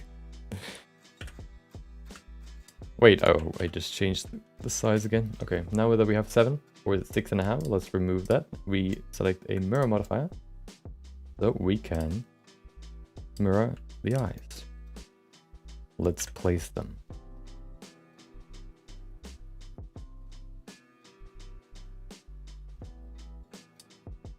Do you keep body parts separate to hide them using box height or mask? If I would like, if you want to know how I sculpt from just a sphere a full body, if you haven't seen it yet, on my main YouTube channel you can see the like a time lapse where I sculpted a full female, well, like a female core body, I guess, with arms and legs. And how I did it there.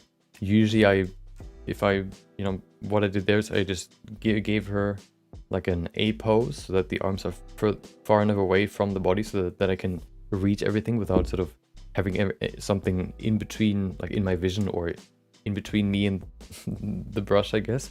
You can also use face sets and, for example, you can use face sets to solve that problem of sort of, jumping over to a different surface or adjusting or affecting other parts of the face too, or of the body. But what we've done here is basically we have here you go. We started with a base mesh, so everything was basically just spheres in the beginning to kind of gauge or to set up the proportions. Then we posed that base mesh, and then we went slowly through all the pieces of that base mesh and made them more human-like, I guess you could say, until we reached the point that we are at right now.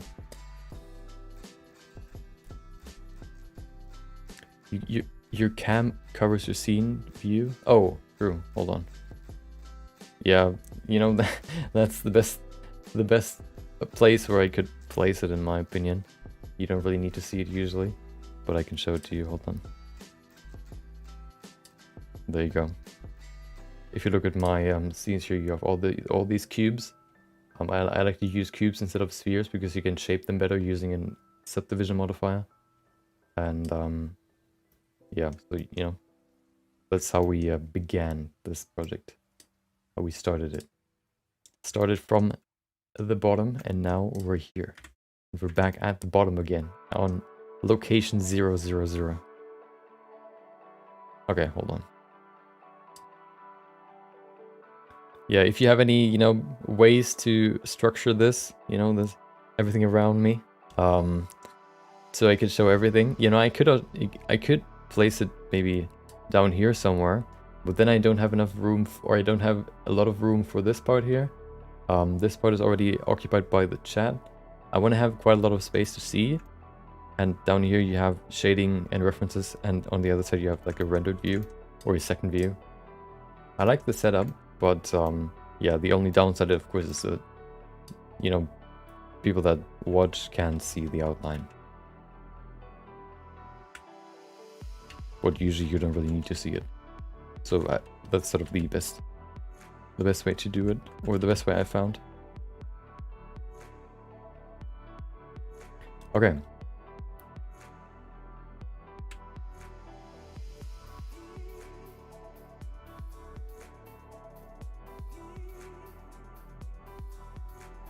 So we have the eyeballs. Let's make some real eyes out of them. Or let's cover them with eyelids. Yeah. Oh. Here come the eyelids. Close your eyes. There you go. Perfect. Yeah, I think I don't really know where I would place anything else, so I think that's sort of the best setup.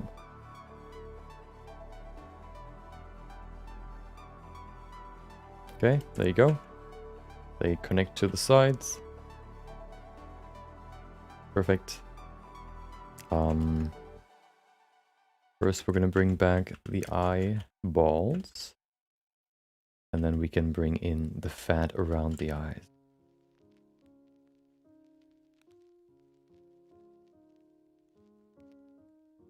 I want to give her a more sort of tense, fighting, you know, expression at the end.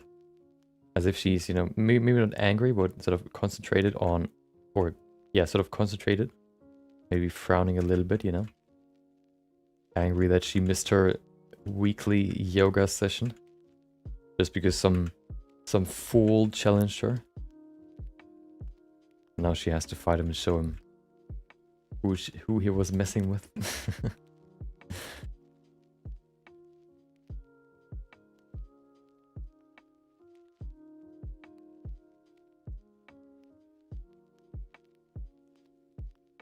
Here comes the fat. Eyebrows are too high. Push them down. Oh, hello.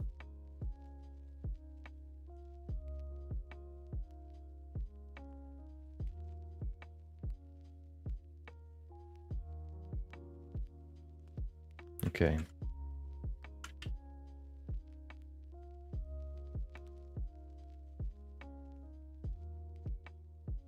Wow, my crease brush is pretty strong. It was too strong to handle, basically. That's better.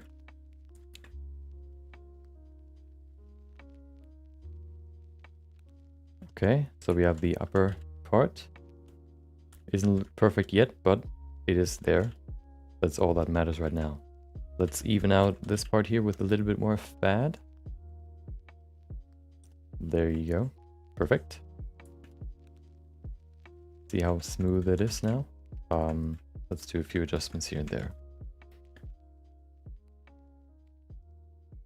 First of all, you oftentimes when you look at the eyes, you have like a line going back here. Those are basically the separation between the eyebrows and the cheekbone here. Here's like a little dip that I kind of want to get rid of. Okay, let's see. The eyes are too low right now. Or no, they're not too low. I need to pull this down like this so that I can basically bring the lower eyelid further into the face and then the upper eyelid further forward. Usually the upper eyelid is slightly further forward than the lower eyelid when you look from the side, like this, or on the same level. I think this is definitely better, not perfect, but you know, we're not in the refining, I guess, portion yet.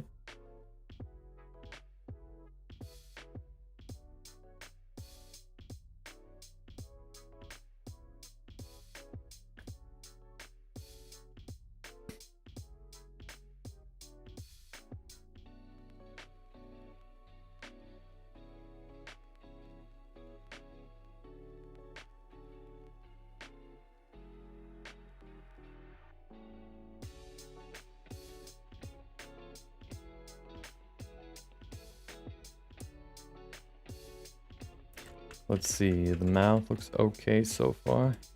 I don't want to go into it too much yet.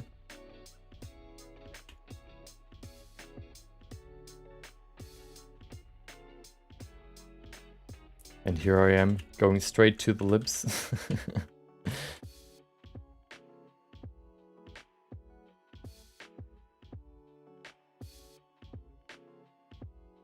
Okay. Cope to fantasy creatures is much easier. No one can tell if you screwed up. Exactly. That's the good part about fantasy creatures. You can improvise way more. It always looks okay because you don't have any references or anything you can refer to, you know? It just looks the way it looks, you know? That's what you wanted it to look like, you know? Even though you maybe not, you know, maybe it was supposed to look completely different, but who is supposed to know that? That's the good part about about creatures. That's why I like to do creatures for quick sketches, because you have more, you can just do whatever to a certain degree at least.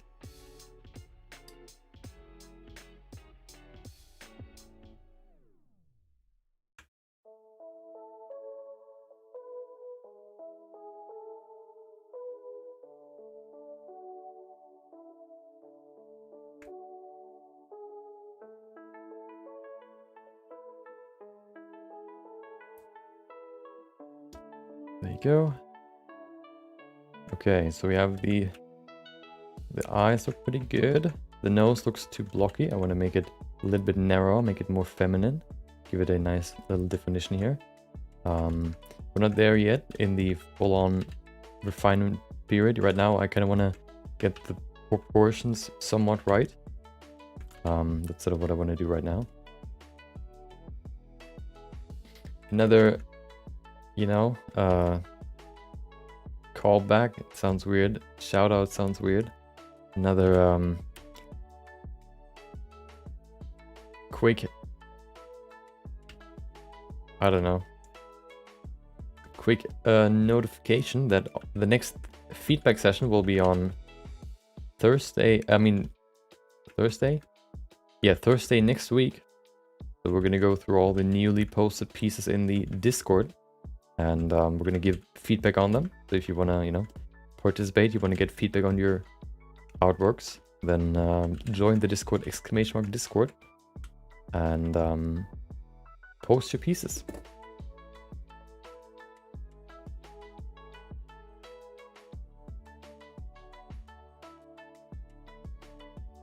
Wait, did I? Okay, I didn't.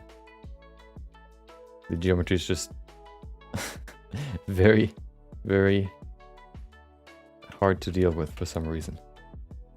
It's because of my... The crease brush is super strong, but it's weird.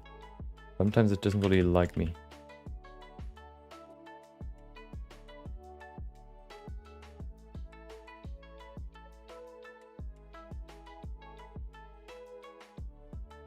Okay. I want to do a few more adjustments. I think the nose is a little bit too wide. Especially the nose tip. She has quite a thin nose, or narrow nose tip. So the beginner needs to work on fundamentals before taking a valuable feedback. Well, the earlier you get feedback, the more you can improve, you know? Or the faster you can improve. But, you know, you know, the earlier you are, I guess, you also, the faster you always, or the more you sort of recognize mistakes yourself to improve next time. So I guess, you know, you can still decide for yourself. You always could, but, you know, I guess if you kind of try to weigh the benefits, I guess you can kind of come to both conclusions. Yes or no. Post or not post. I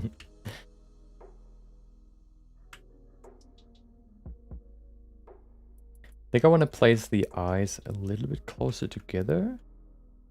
No, I don't want to do that. One problem always with references is that you can oftentimes, for example, for game characters, you don't really find references with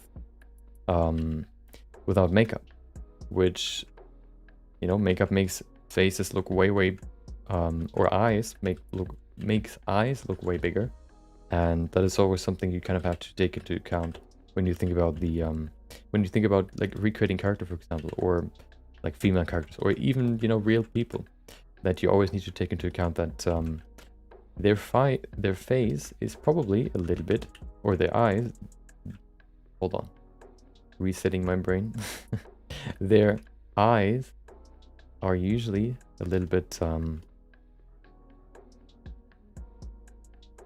smaller than they might look. Hi, how would you create the inner mouth for a character that's gonna move their mouth? Would you do that in retopology or sculpting? So what I usually do is I go into, like, I create my character like this. I don't sculpt it. When I retopologize it, I basically like leave a little bit of a gap here, like this, like a small gap. This might be too big. And then I take this gap, I basically make this gap a loop for the mouth. And then I extend that into the face, basically.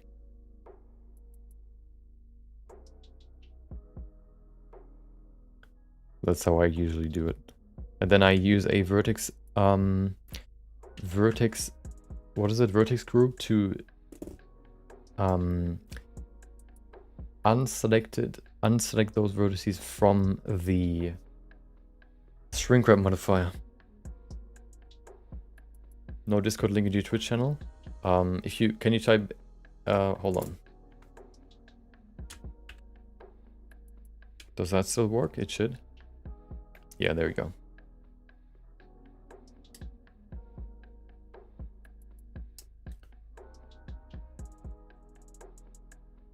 Whoa. What happened? Okay. So she looks sad. Why?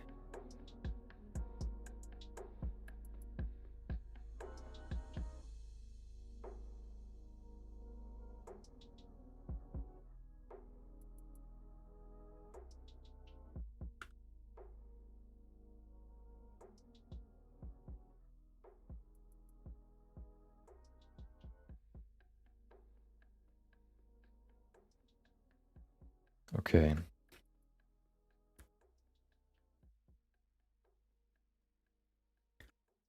I think the cheekbones are a little bit too high. I want to place it a little bit lower, so I'm just going to push it down a little bit. A little bit. That's better. With cheekbone too high, what I basically mean is this curve right here. If you look from the 3/4 view, you can basically see where the cheekbone is on the face. Or, you know, in relation to the eyes, for example, and if they're a little bit higher, you know, that can quickly change the look of a character. And placing it a little bit lower, I think works better for her here.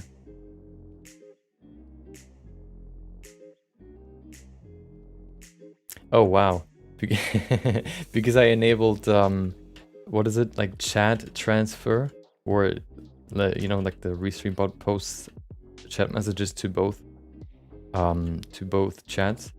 When you use a command, it actually does it on both channels, so you can see it twice, the Nightbot message.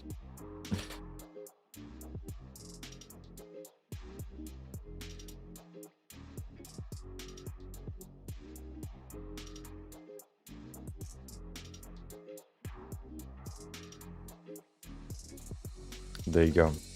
So, yeah, I think I want to, let's see. Oh, I want to place the eyes for the back. That's important. Push them back. I could probably make, that probably makes the eyes already a little bit bigger. And then that looks way better already. Okay. Also, another thing is the eye shape. I want to adjust the eye shape a little bit. The outer eye corner is supposed to be higher than the inner one. It's supposed to have somewhat of a... Oh, hello. Somewhat of a shape like this. Wait, where did it go? Oh. So, yeah. I'm gonna show you what I mean. Like a wing shape, basically. Makes it look even more feminine, you know?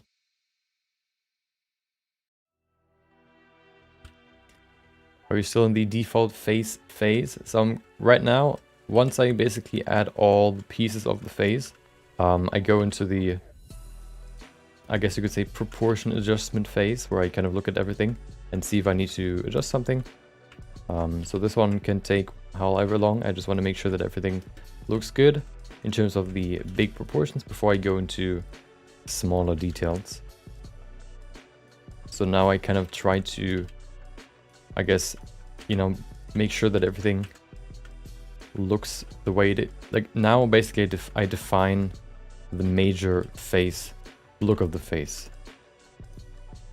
The face won't change that much afterwards. Only like we add more definition afterwards. So right now I'm kind of looking at all the pieces and see if I need to adjust them or see if I want to adjust them to yeah, create the shape, the main shape.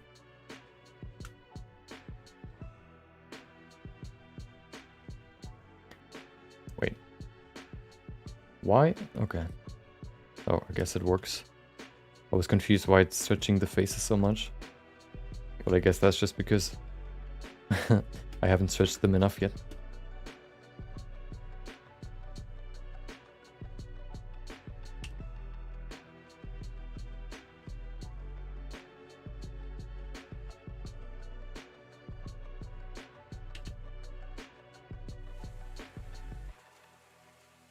Kind of want to make the lips a little bit thinner. Just a little bit. That can probably help here.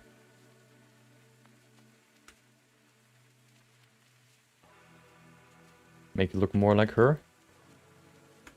Okay. I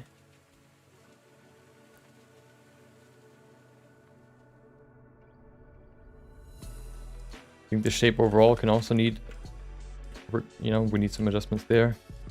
Not too much. Just the corner of the mouth needs to be sort of sharper.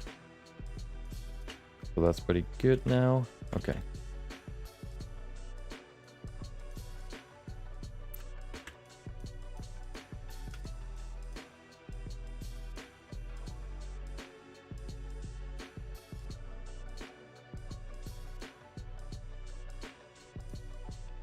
Always making sure that the mouth also looks good from the bottom, or basically all parts of the face, and from the top. So I'm kind of looking at the roundness of everything. Lips are supposed to be quite round. Same for the nose. It has to have, you know, it's supposed to have a certain shape. So I'm kind of looking at that too. Same for the forehead. Forehead is somewhat round. Okay. Let's see it. Look at the nose.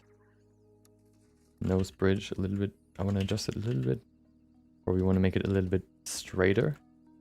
And adjust this curve here. Changing only this curve can really change what a nose looks like. So if I make it nice and flat, see how it changes the look. Comparing these two. It can quite drastically change your character's nose. Another big one is the nose tip. How big you make it, for example, here. So if you make it like this, of course, it looks way different than this. I think for her, she has quite a small nose. So I kind of want to keep that in here too.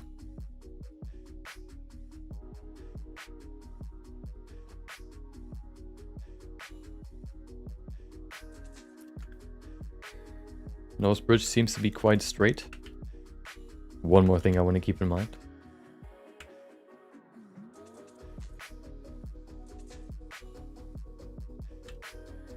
But still round, so I don't want to make it too sharp. Okay.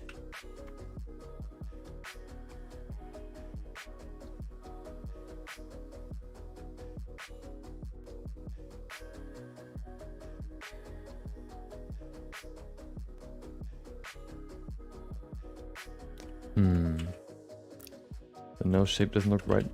Let's see. That's better.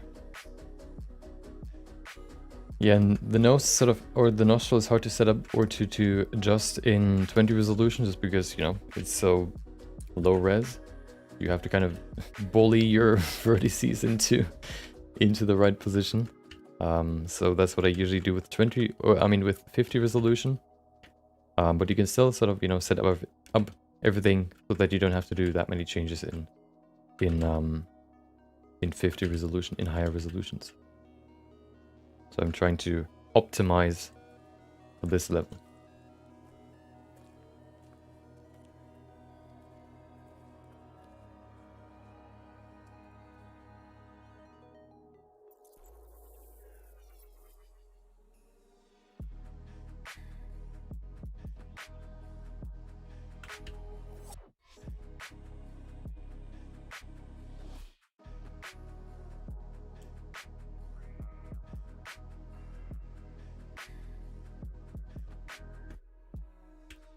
Welcome, Emily, I guess, with the pronounced E. Emily, if that's right. Hopefully it's right. How are you? Tomorrow's schedule is here. Welcome. Hope you had a great Wednesday. You mean tomorrow's stream? Tomorrow's stream is about how your brain is worse than you think, I guess. Tomorrow we're gonna sort of cover the topic or go over the topic that we're gonna cover why it is so important to have references for your sculpts, and we're gonna do like a fun little project to kind of show that. That's gonna be tomorrow's project. So yeah, we're gonna basically I'm gonna go to a website that can randomize, you know, animals. So it's gonna give me a random animal, and then we're gonna sculpt that animal, or I'm gonna sculpt that animal from imagination or from how I think it looks like. And afterwards we're gonna basically look at reference or look at, you know, images of it and see how off I was. And then afterwards we're gonna sculpt it again after we've looked at it, basically, to sort of, you know, compare the two. Once with reference and once without.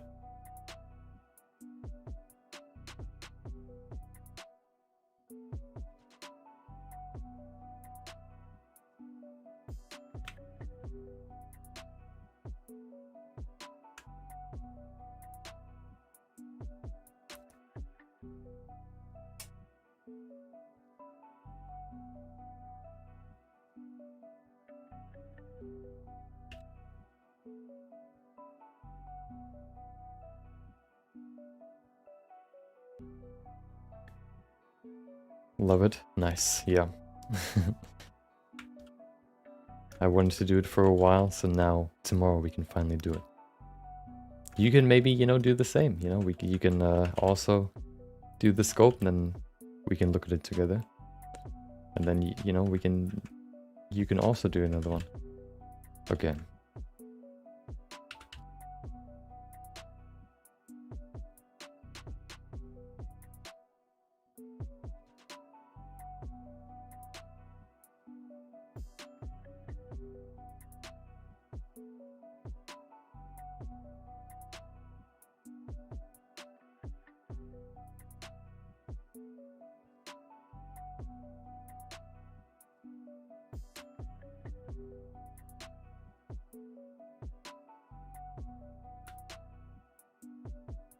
Let's see, I kind of want to push... Oh. I want to...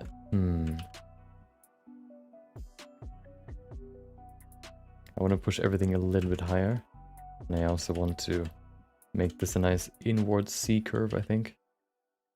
That should help too with the overall look. Okay.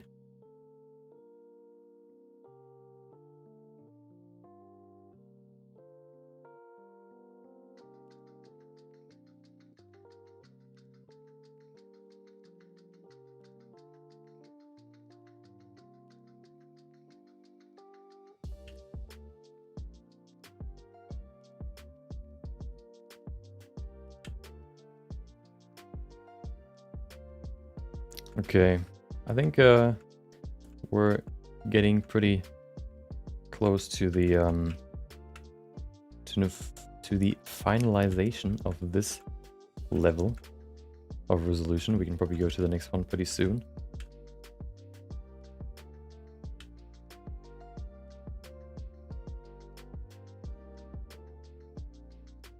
A few more adjustments here and there, and then that should be good. Then we can go to the next one.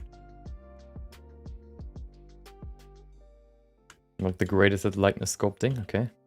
Don't sue me if it's not fully looking like her.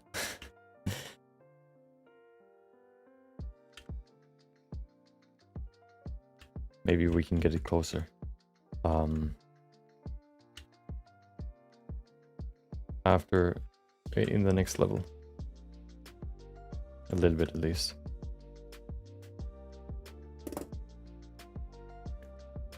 Let me take one more look at the references and then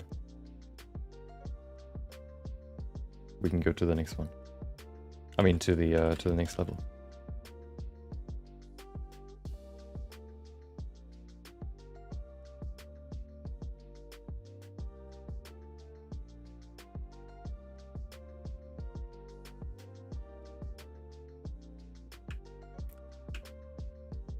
Okay.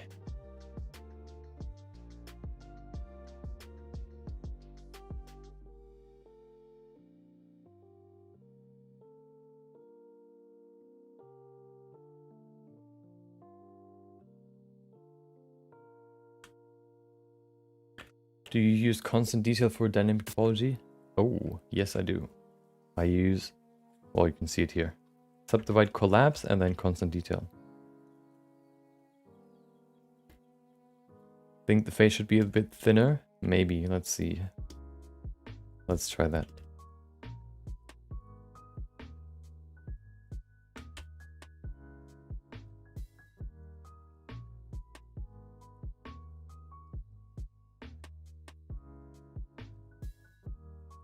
One important thing, of course, to get it right too, is hair.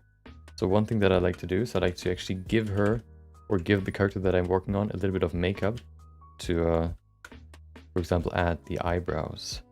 The eyebrows are quite interesting for her. These little stripes here. There you go. Well, that's already too big.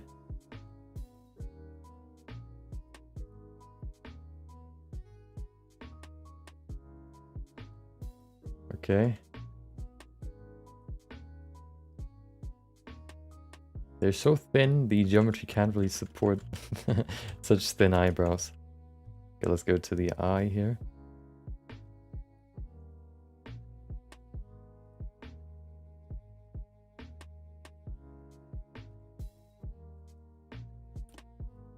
And then the lips too. Sometimes it's kind of hard to see all the structures very well in the normal view, so adding like a little bit of, you know, makeup, for example, can help. And then the hair too, hold on.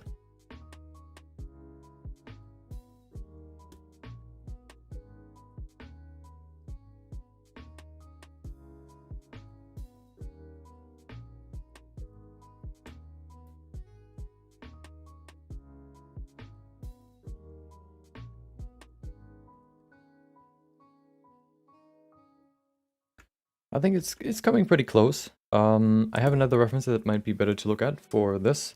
Let me show you. This one's the neutral, I guess, in-game model, maybe? I don't know from which version, but here you go. I think it's coming pretty close. And that's all I'm looking for.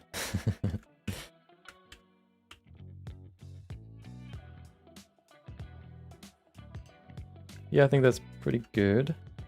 Maybe we can make the chin a little bit thinner. The lips are a little bit wider too. I can't really adjust them right now. I guess I can get rid of this again.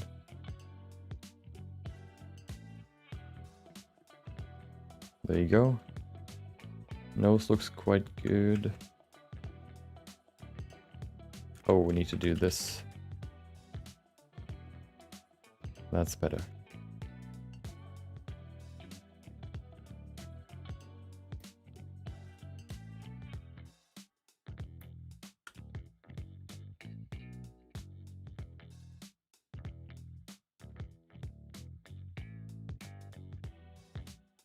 Okay. The chin and the part near the ear thinner. Yeah, the chin, I think it's okay now. You mean here? Wait, hold on. Maybe a little bit rounder.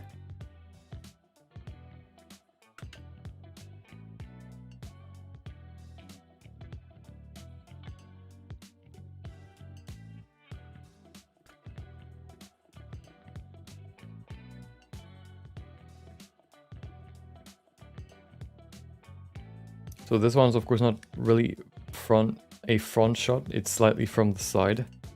I'm kind of looking at this side right here. She has quite a wide face. It just looks, you know, a little bit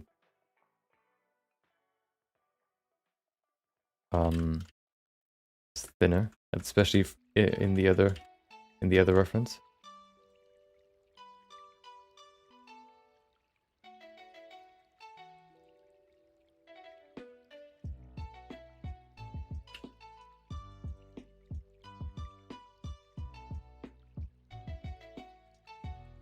think the cheekbones need to be a little bit more, a little bit thinner. More in the middle here.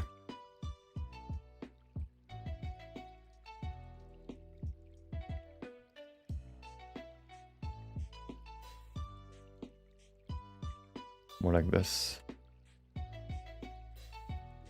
I think that's better. Yeah. Okay, now I get you. Now I get you. yeah. Okay. I think that's pretty good. Let's go to the next level. Hold on.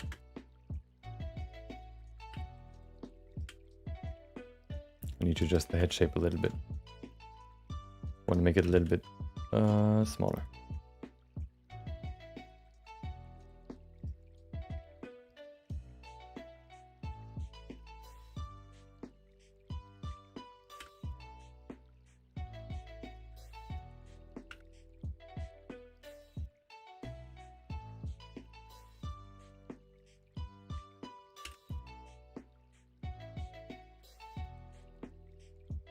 Okay.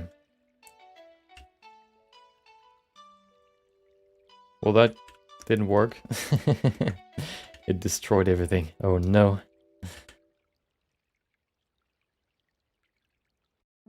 The ears a bit bigger. Yeah, I wanna adjust the ears later.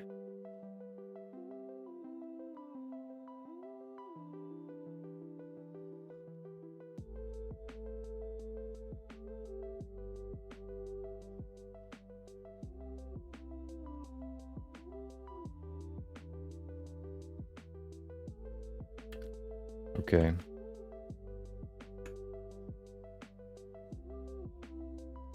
I think that's okay. Let's go to the next level.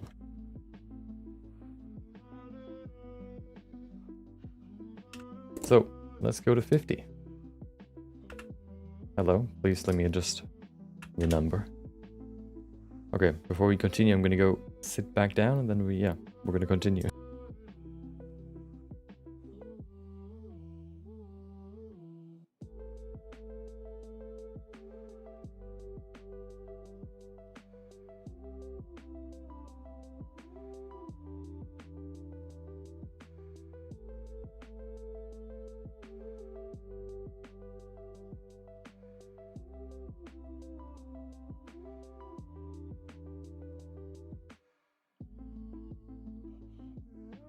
Okay, so I think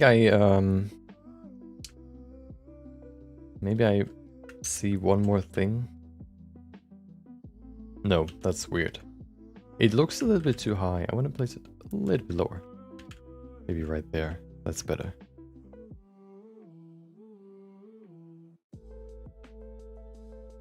Okay. Oh, I need to push the eyes closer together too. The eye corner is too far out. That's better. Okay. Yeah, her lips are wider, but I'm gonna adjust that in the new level, which we already have. Hold on. Okay. Let's begin. That looks scary. Hold on. There you go. Okay.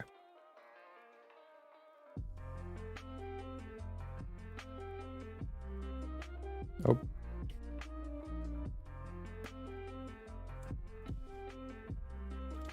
I use a Wacom Intuos draw, I think, or art.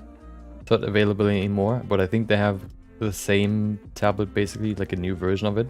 I think it's called the Wacom Intuos Medium or whatever. Where you, yeah, I have a medium-sized Wacom tablet or Wacom.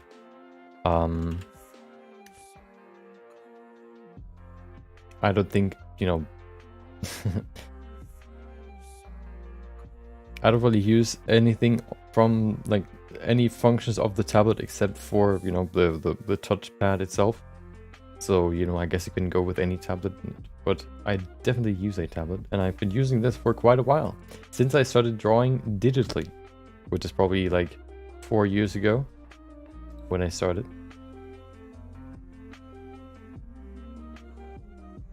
Okay. Now comes the magic. Well, half of the magic.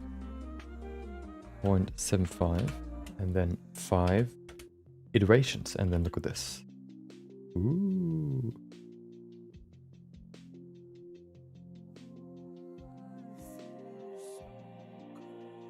And everything is nice and smooth.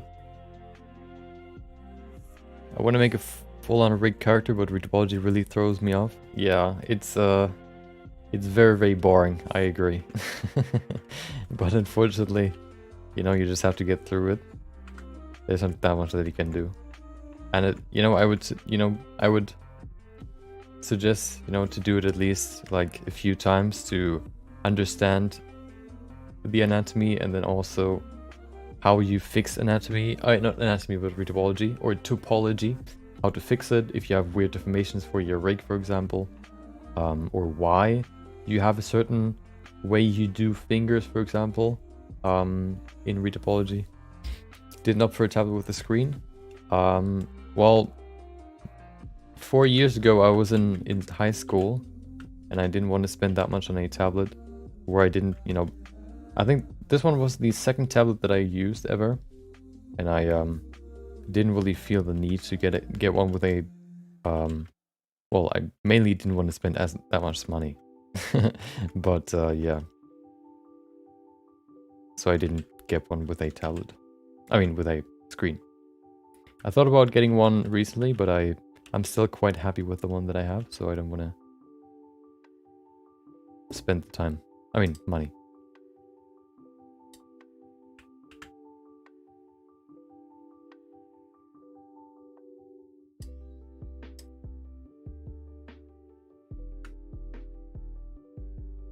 I'm still quite happy with the one that I have. It might be old, but that doesn't mean that it's bad.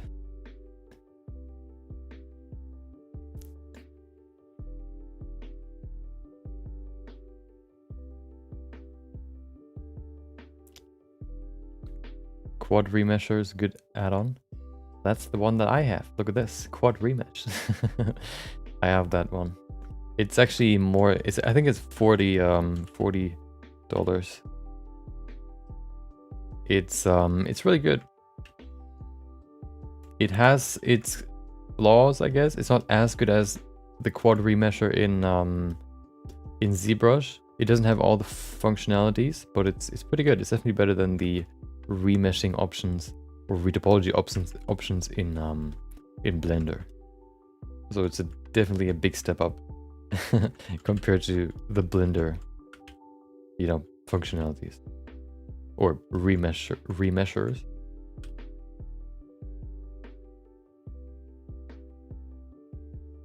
It's game changer. Yeah, it's really good. Welcome, Cosmic Shuriken. Hope you enjoyed your Thursday.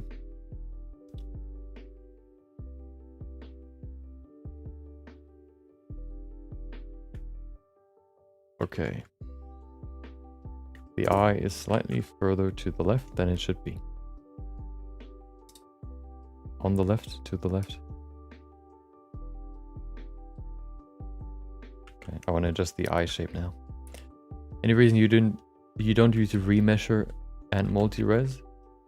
Oh, if you, oh yeah, I guess that's another way you could do it. I think that's what you usually do in ZBrush. I just haven't tried that workflow that much yet, and I'm very comfortable with the one that I have right now. You know, the dynamic topology workflow. It doesn't struggle like dynamic topology. The dynamic topology workflow doesn't really struggle with the resolution amount that I usually use, so I haven't really seen a reason to switch. It might be worth trying, but yeah, I haven't tried it yet.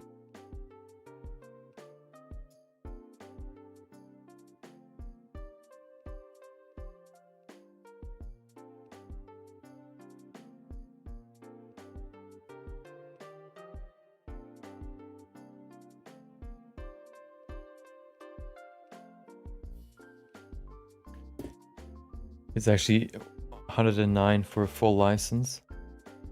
Is it? Wait, really? Hold on. Quad remeasure crack. That's the first one that comes up.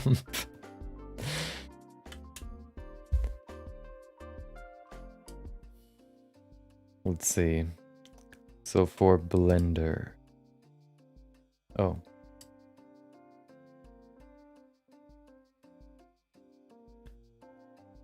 Nope. Trial version for testing purposes 1 month. Purchase. Oh wow. Perpetual Pro license. This is a perpetual license usable for commercial. Yeah, I guess. You know, commercial, I guess, if you want to sell your stuff. But, you know, if you just use it for yourself, then I think I bought the perpetual in the non-commercial, so $60 actually, like a full game. And this one you can use for non-commercial purposes.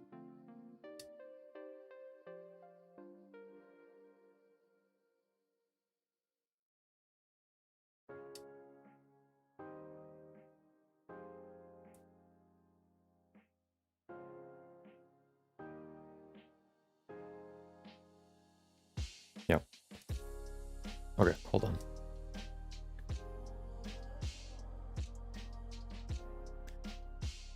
I don't know if I've ever tried auto remeasure. I haven't looked into like automatic readability that much. Usually I just do it myself.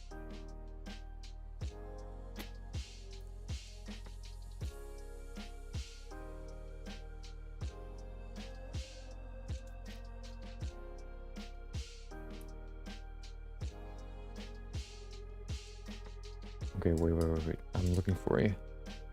I wanted to have a front view reference too, so that's why nothing's happening.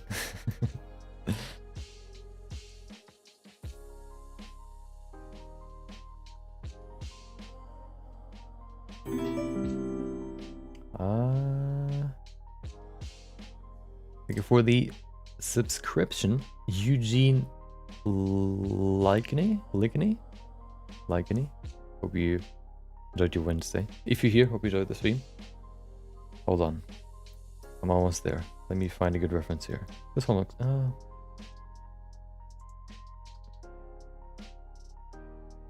I like that one. Okay.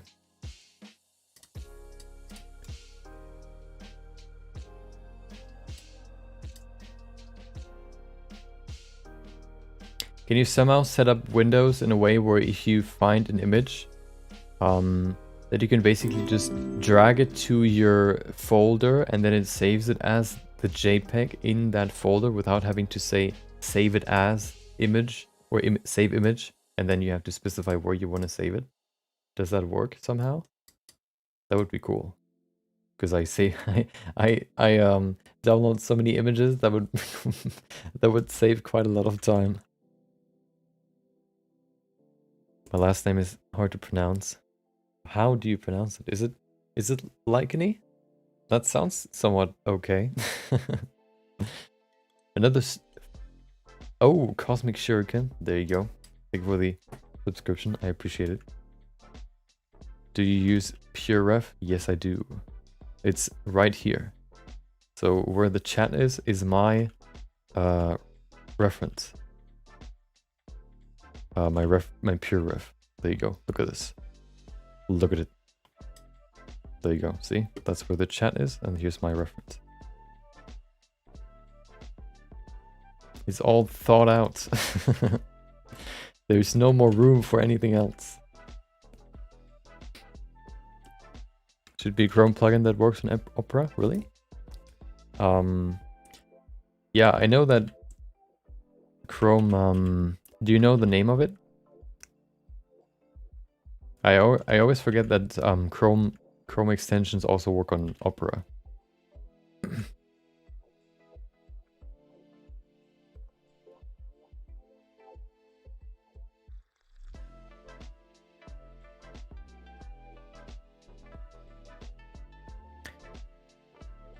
It's... Oh, hold on. Oh, wait. Oh, light Chun-Li. Okay, now I get it.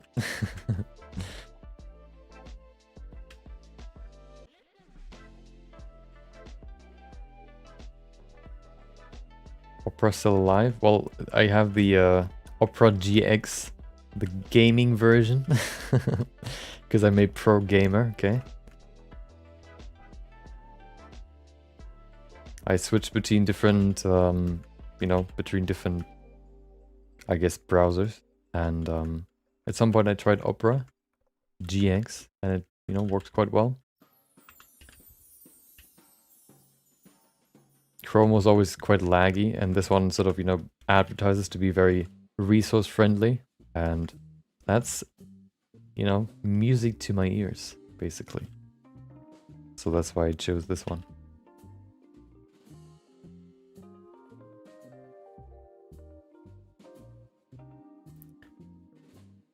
Really like Opera GX, yeah. I don't like, there are quite a lot of cool features that you have. I don't really use them. I usually, if programs like try to entice you or sort of, you know, try to get you with some cool features, I really don't care about those. All I really care about is that it works very fluidly, and I, you know, everything is sort of intuitive. That's sort of my, and yeah, fluently and intuitive, sort of my, you know, the main things that I'm looking for when it comes to like services, I guess, or programs.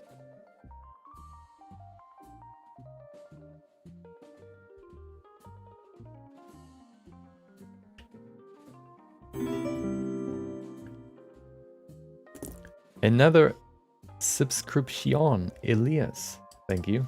Hope you enjoyed your Wednesday. If you're here on stream, hope you enjoy your, well, hope you enjoyed the stream. Welcome. Almost got the first Y. It's not I. Oh no. Well, I'm hopefully, you know, hopefully it's okay if I call you Eugene.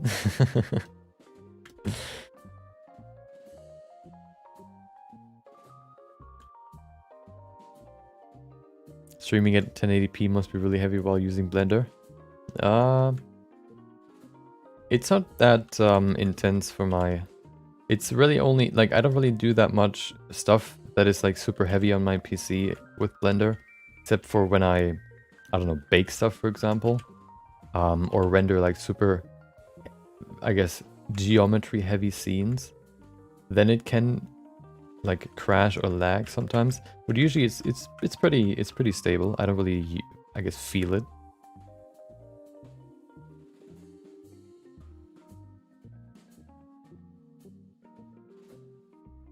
It's more the internet that is lacking.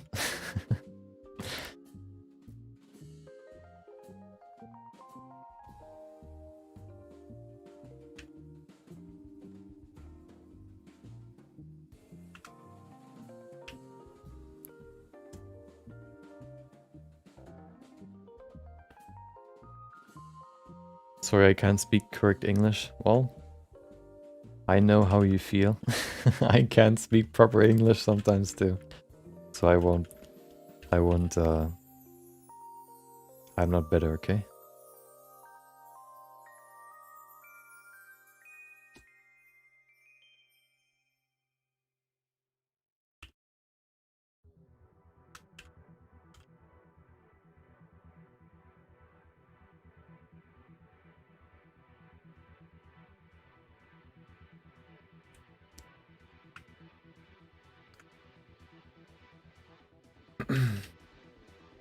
Okay, let's refine the eye a little bit more, and then I think we have a good spot here. Then we can go to the next part. I don't want to make the eye bags too big, or the lower eyelid. I want to be very subtle with it. I want to make the eye corner quite sharp, actually. That kind of helps with the wing look. Like this. And then I probably want to move the upper eyelid, I mean the outer eye corner a little bit further up. There you go. Okay.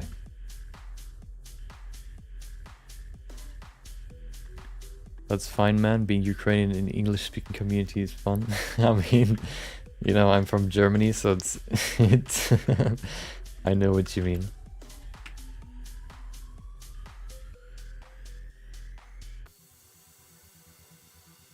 Are you Dutch or German? I guess I just answered that one too.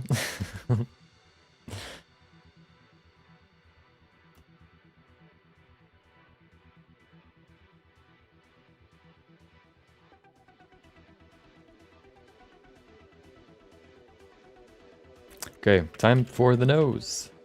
The nose is, I think, fairly straightforward. I want to do some adjustments to the nostril though. First of all, I want to change the shape here. Make it nice and oval. Bring it closer together in the middle. There you go, that's pretty cool. And then I want to go to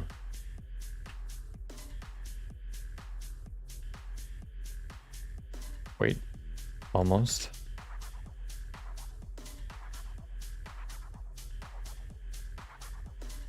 I want to go to the nostril. I want to make the nostril somewhat sharp here at the bottom. I like to add this little corner here. So that's what we're going to do. There you go.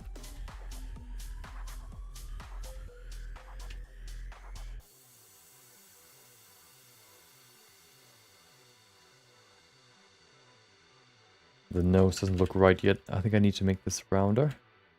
I also want to add this little flat spot here on the side.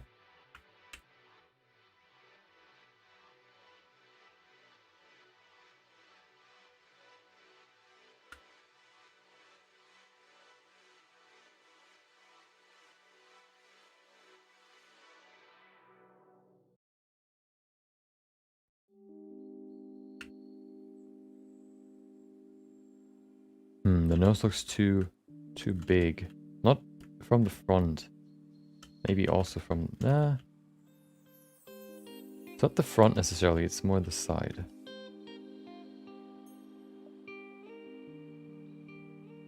So maybe with some... No, it's too round, that's it. Hold on.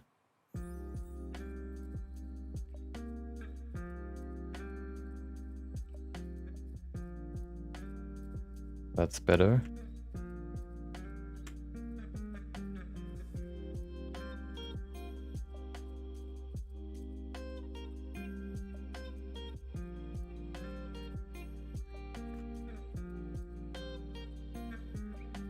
Okay, I'm looking at the clock and I see I actually wanted to finish this today, so I'm not gonna, you know, obsess over all the details. I have a friend from Germany who's a 3D artist as well. He's also into sculpting, by the way. Oh, maybe you know me. Have you ever seen him? Do you know his name?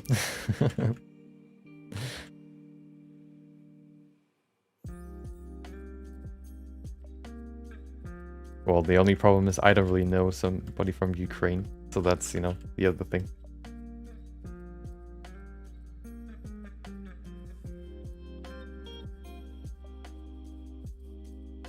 So maybe you know me, but I don't know you. Oh, it's scary. Are you living near me?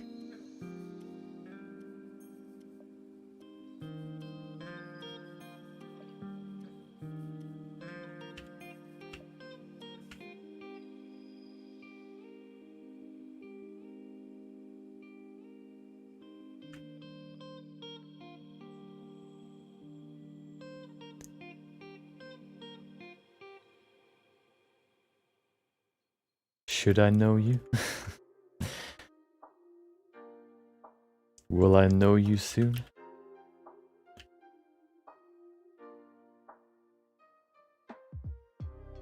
So, oh, hold on. I actually wanted to give her an expression. So, yeah, let's speed this up a little bit. I forgot.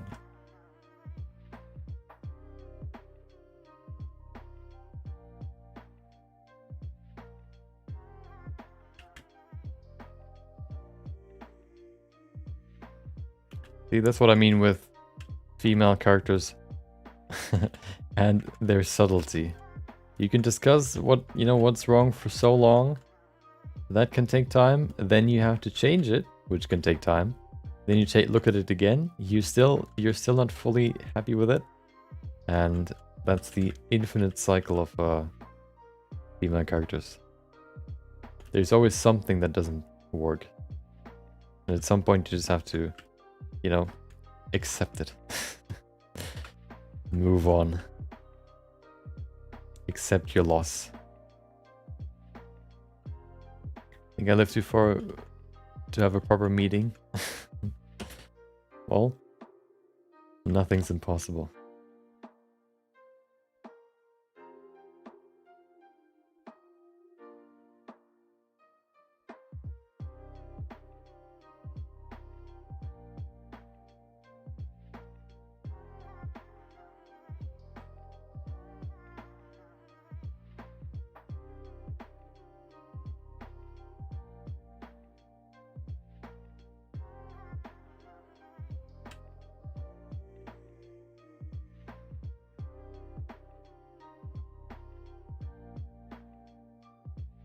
So, we're probably not going to do the hair today, you know? I just decided that.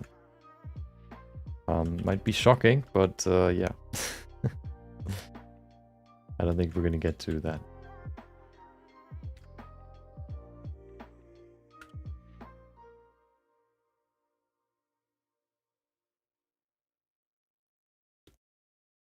Okay.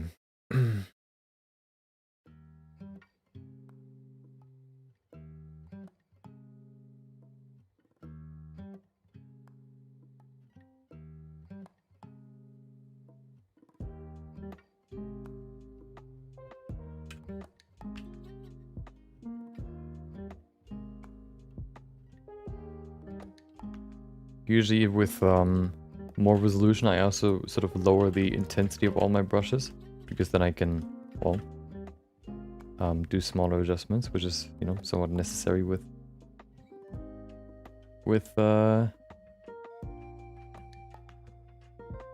I guess, you know, the next step of refining the face.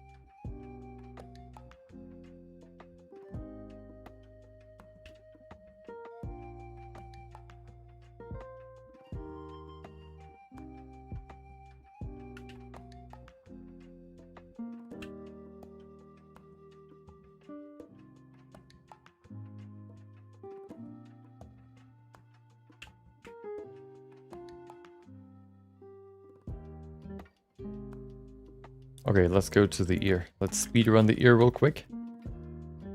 And then we can do the expression.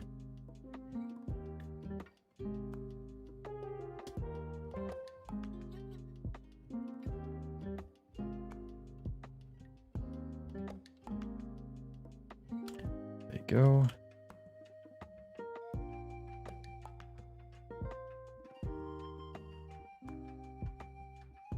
Okay, so the back looks okay, not perfect, but okay. That's all we need, because we're not going to see it anyway. Well, yeah. Let's go to the front. So for the front, we're going to do the good old letters of the ear. Also, you know, if you want to learn more about how to sculpt ears, today a new video released about how to sculpt ears. The next part of the follow along sculpting tutorial series.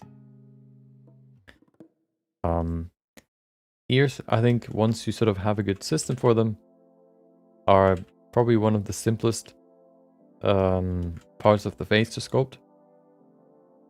So, you know, I like to begin with this C shape here on the outside that then goes into the middle of the ear. Like this, you know, C right here. So this is the first letter of the ear.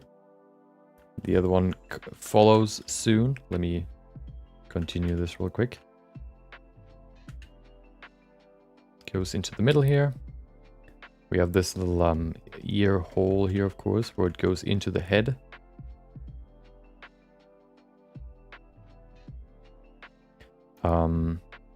Then we have the little bob here. There you go. Very important. I wonder why this exists. I also wonder why the ear is shaped like this. I never looked that up, actually. I always wondered it, but I never looked it up.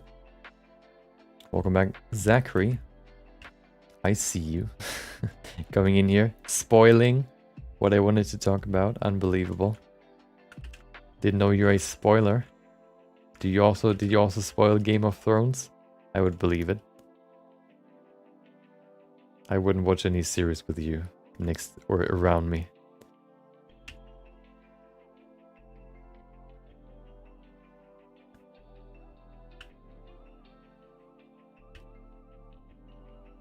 Okay. And then we have the C right here. And then we have the Y in the middle of the C. The Y is right here. So what we're gonna do is we're gonna remove a triangle right here, and then we're gonna accentuate the shape of the Y.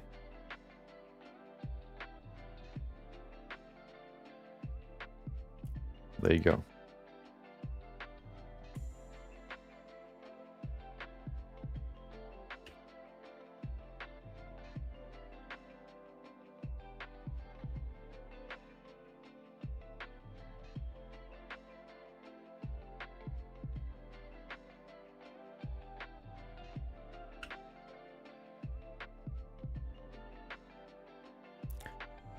My guess is the ear shape is a product.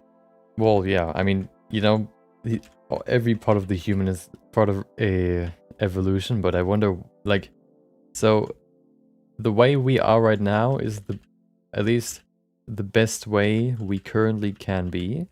We can probably become better, or we will probably evolve more.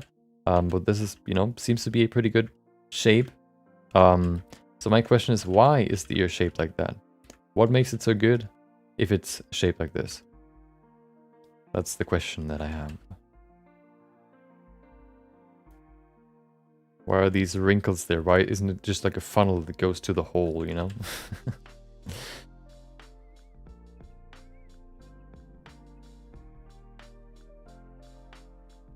I'm the true spoiler owl.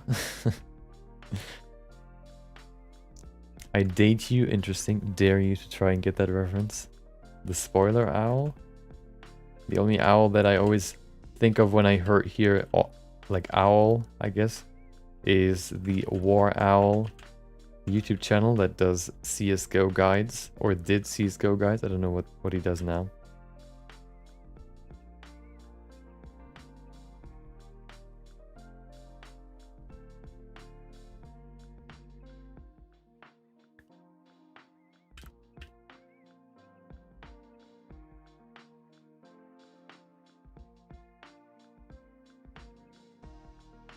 Okay, let's look at that again, see if we can do some more adjustments or if we're good. And then we can go into the expression.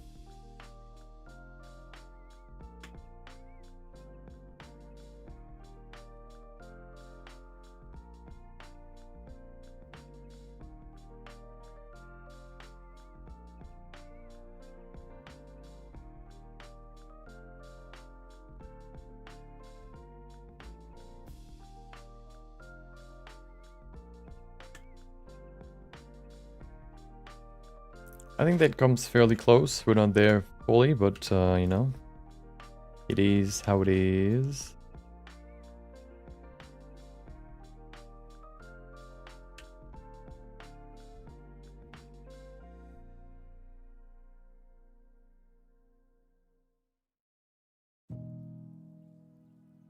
Sometimes you win, sometimes you lose, and this one is a loss.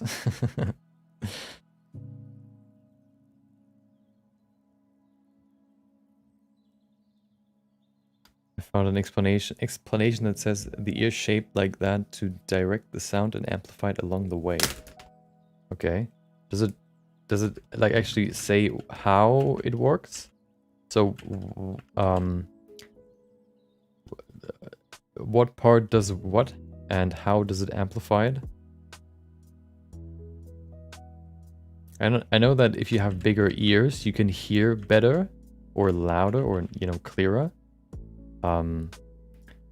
Yeah, but does it say what the wrinkles do? Or how they redirect stuff into the ear hole?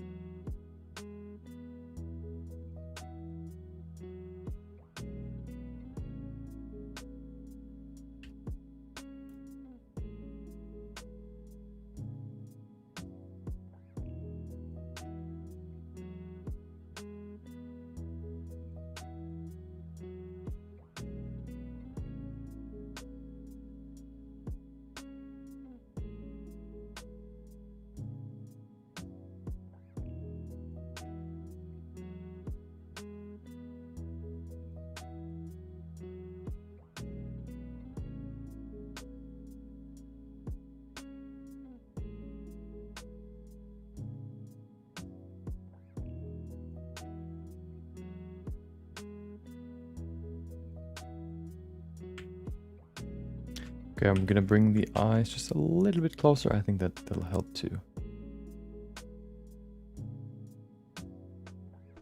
Okay.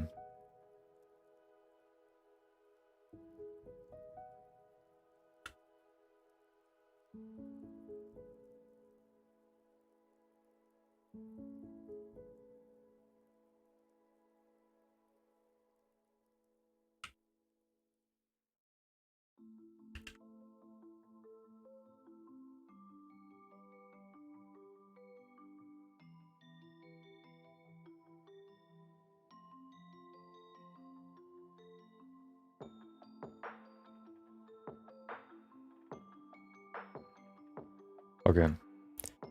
I could post a link for the article, but I don't know if that's allowed here. I think I allowed links. You can try. if the first warning should be like a 5-second. No, I set everything to maximum of 1 minute. Detention. So you should be good. And I don't know. I don't think there are any. I don't think links are not allowed. I think I allowed it.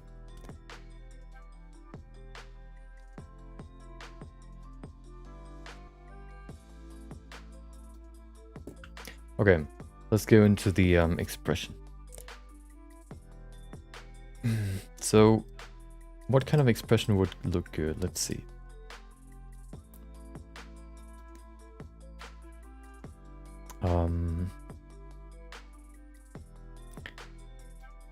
Has there been any bots lately? There was one today. Yesterday, there were quite a few. I think we had like 10 or so yesterday, which was crazy. Or I think it was yesterday. Today, I think there was one in the beginning. Okay, so hold on. I'm looking for cool references that might look like a fighting expression. So how about MMA fight?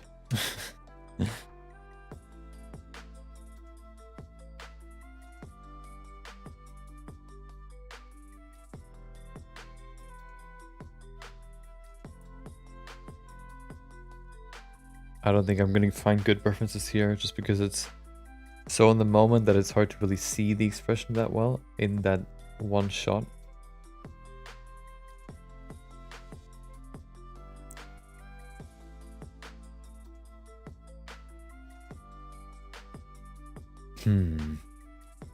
Yeah, I think I'm going to go with something else. What about Chun-Li? Just Chun-Li. Let's see what we can find here in terms of images. Maybe we can find a good like illustration or something that has a good, you know, expression.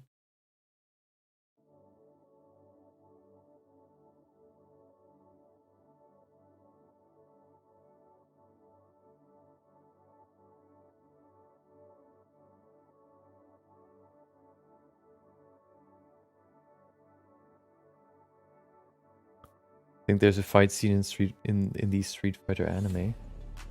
Oh, hold on. Chun-Li. Let's see if there are any images of that on Pinterest. Street Fighter anime.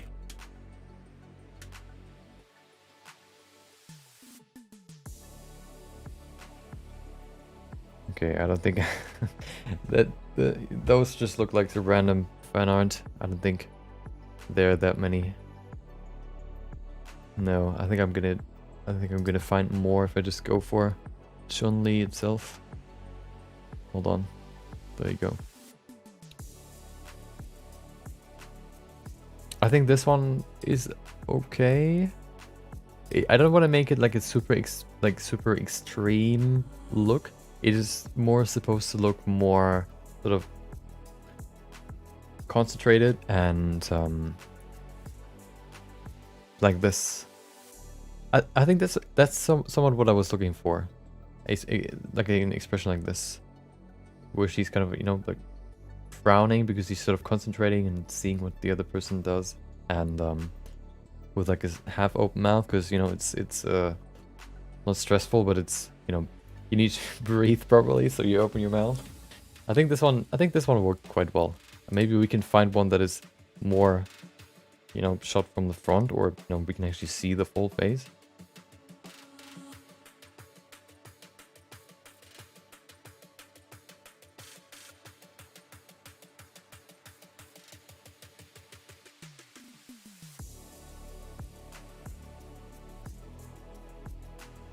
Doesn't seem like that's the case. Well, I guess that's the best we're gonna find. But I think it's good enough.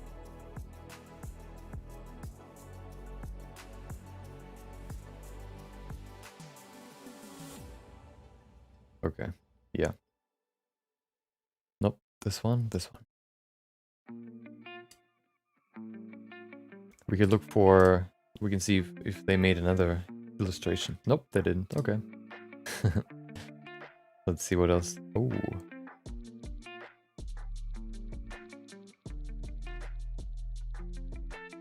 Pretty cool style. I like this one a lot. I like the expression. There it is. Yeah. Okay. Okay. Let's sort of recreate it. I want to look up another thing, which is frowning girl, I guess. That frowning. Wait. What is? Isn't?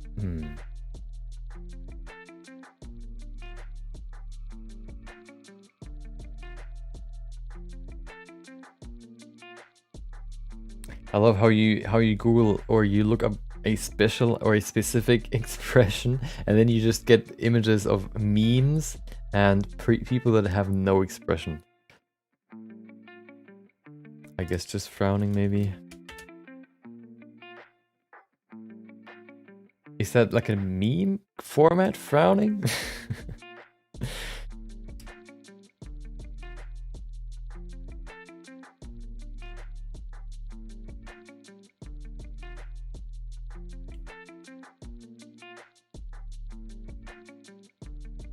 This one could work. This one, I like this one. Yeah, I think I'm gonna go with this one, and then yeah, I think that's enough. Let's use that.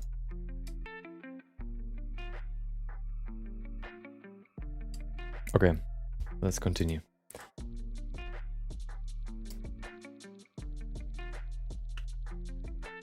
So let's get it done. First of all, the eyebrows, very important. I'm actually going to pull this up so you can see it too. There you go. Okay. I think what I'm going to do here, actually, just to be safe, I'm going to duplicate this so I have a backup. Oh, another cool tip is if you are in the outliner, you know how you can, if you have a camera, you know, facing a different direction, you can press numpad period to zoom it back to the object that you have. If you do that in the outliner, it works too. You jump straight to the object that you have selected.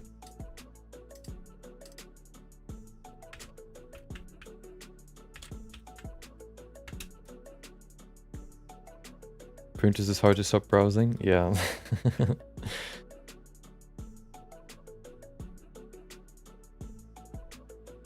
Okay.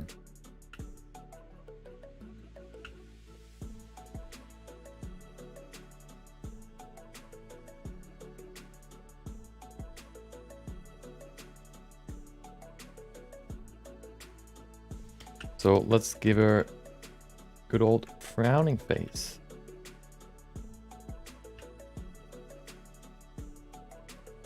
That's looking pretty good.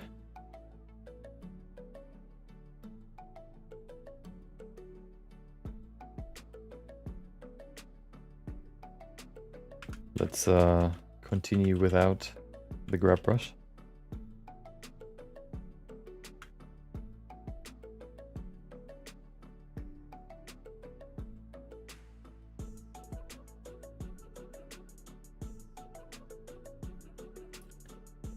Okay. I mean, frowning is fairly simple, you know? You basically have like a muscle here that tenses up and pulls all the surrounding area here together into the middle here. So it bunches up here and then of course here in the middle too. So you oftentimes also have like a small bridge here between the two eyebrows, like this.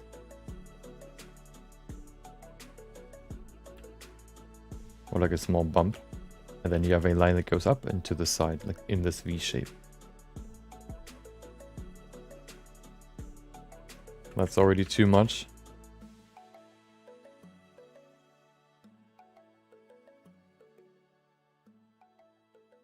Very subtle. I want to be very subtle with this, so I'm gonna... Yeah, I need to go, you know, low with the...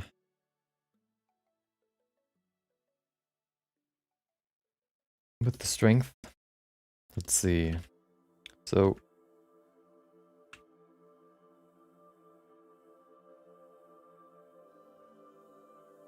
Oh, wrong direction. Hold on. Okay. Yeah, I think that works more and more with a few more adjustments here and there. We'll get there.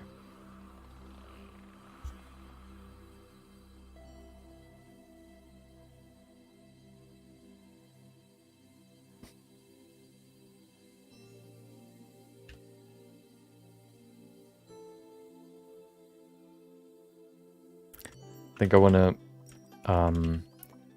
kind of add some more folds here. There you go. Just kind of give it some bumpiness here. Make it look like it's sort of pushing together. That might be too much already. Very, very subtle changes here.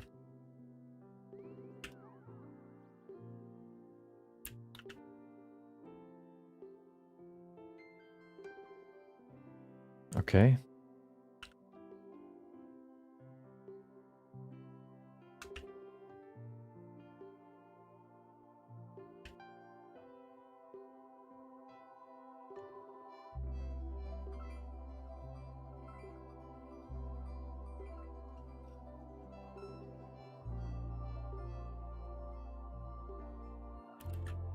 How much?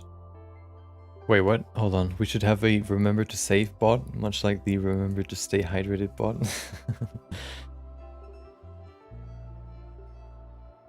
I wonder if you can change the like you can just use that remember to stay hydrated bot and just I guess change the message. Maybe I think you can use Nightbot for that.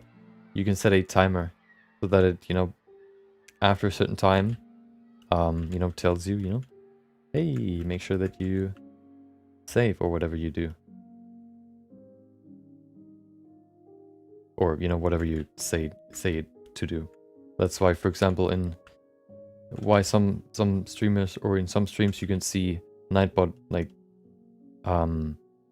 sending all the social links, for example. I think that's a, you know, people probably use timers for that.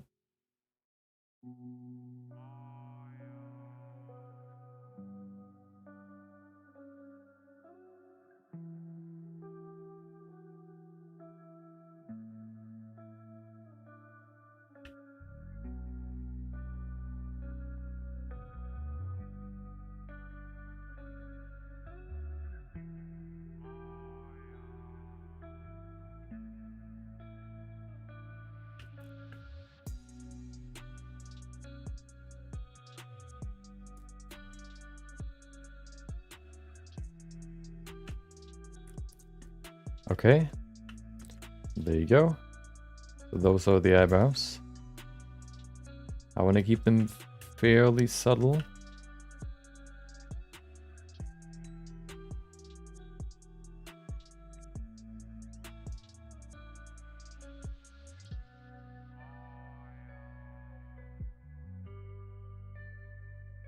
So that's probably better. Okay, and then the mouth too. We need to open the mouth, but let's do that. Let's change the corner of the mouth first.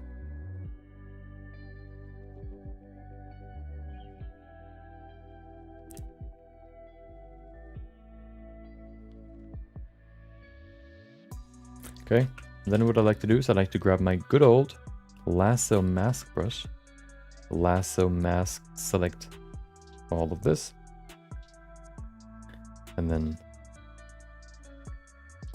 smooth it on the sides here for nice deformations, and then invert, grab, and pull it down.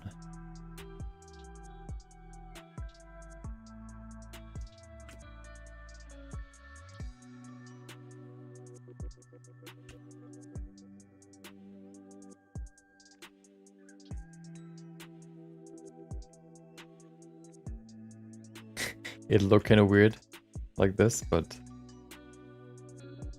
yeah, that's just how it is. We could maybe clear this and then clear the mouth so, you know, we have a bit of view.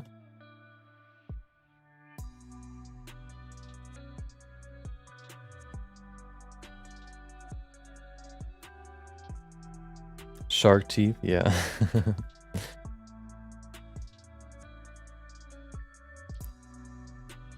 Okay, or it's sewn together.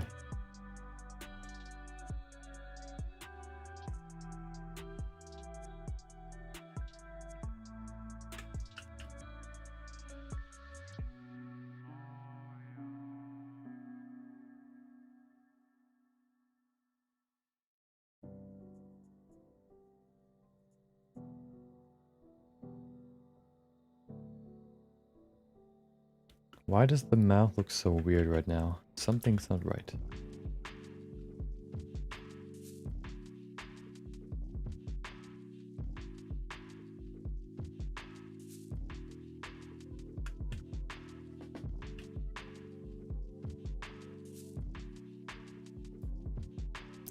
Need to adjust the lips a little bit.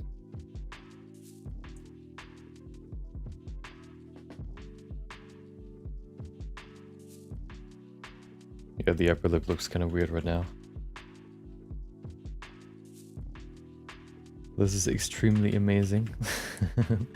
Thank you, Queen Bean 18, not Queen Bee. I see what you did there.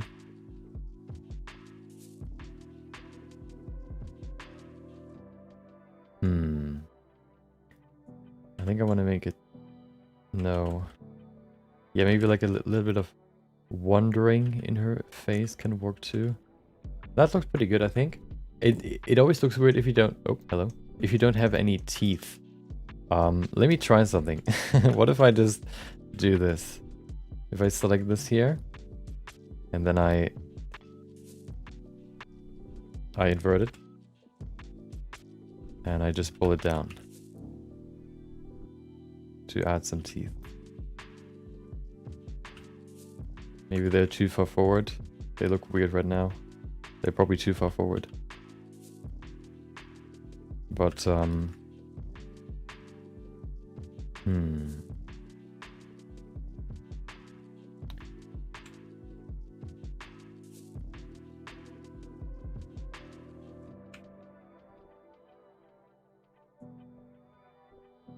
I think I need to adjust the, kind of weird without the... Yeah. It looks like an old lady.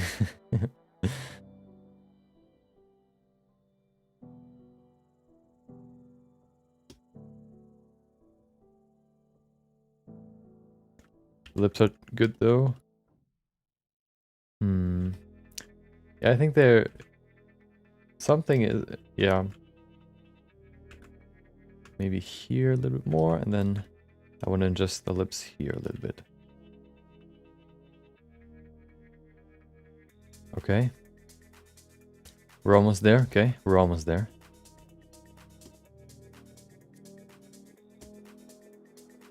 Last few steps. You're witnessing them. Okay, there you go. Do the same here. We're not going to add a tongue. I actually don't really want to go too deep in here because in the 3D print we're not going to see it anyway. So, you know.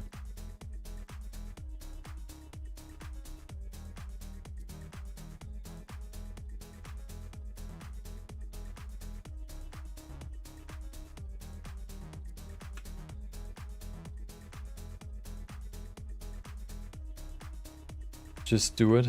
I'll try. Okay, let's see what it looks like if we add a good old cylinder teeth row, you know? Hold on. Thank you for the follow, Queen Bean. Hold on. Let me... Oh, well. We're gonna add this to the body once we're... once we have the teeth. We could still add more detail, but I kind of want to just, you know, finish this. Hello? Oh. Wait, what?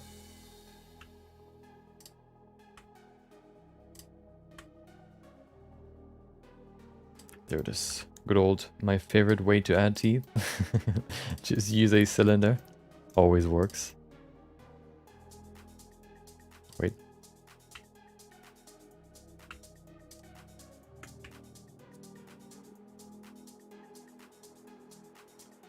There you go.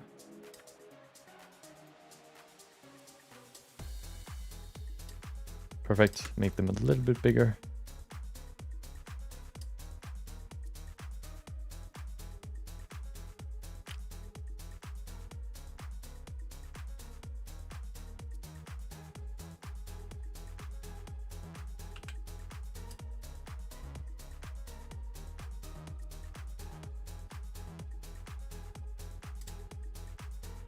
Okay. Yeah, something's weird about it, but maybe we'll adjust it at some point later, okay? That's what she said. Add the tongue. Okay.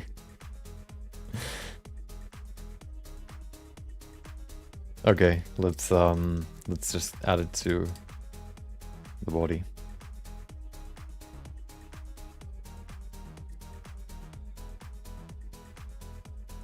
So many objects, hold on, there it is.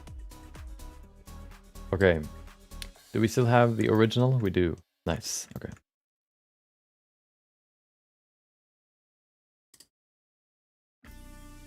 It's like adding a the head to the to the doll. One more thing. Oh, I want to parent the eyes and teeth to... You know what? I'm triggered. I need to add a tongue, otherwise I'm not gonna end this, okay? This is just weird. That's better.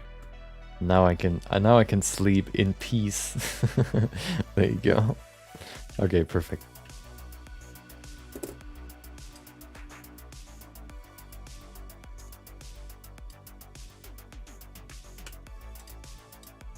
Okay. Oh, look at this. So I have this align tool here. I think it's a standard add-on that you can just activate in Blender. You can select one object, you can select the other one. This one's the main object that this one references. So if you now say align location plus rotation, XYZ, there it is. Then we can scale it up and we at least have the rotations already. I think you can do scale too, but well, we can't really change the scale because it's it has a different scale.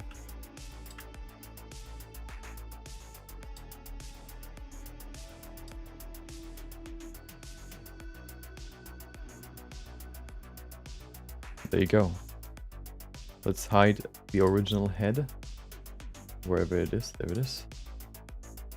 Okay. Of course, the neck doesn't really fully fit right now, but you know, we can add that. We can change that later. Okay. Is the head too big? I think it works. Let's look at the actual reference for it. That's not the one that I mean. There it is. I think it's maybe a little bit too big. I think it's maybe a little bit too long too. Hold on. Oh no, now I'm working in asymmetry. Oh no, I don't, right? I don't.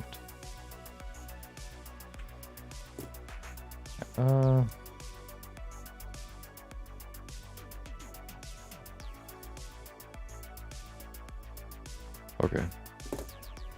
Speaking about sleeping, gotta go. Got a job in the morning. Oh no. Hope to see you at the time. Yeah. Have a good rest of your day. Have a good sleep. And yeah, thanks for joining. Hope you enjoy the rest of your day.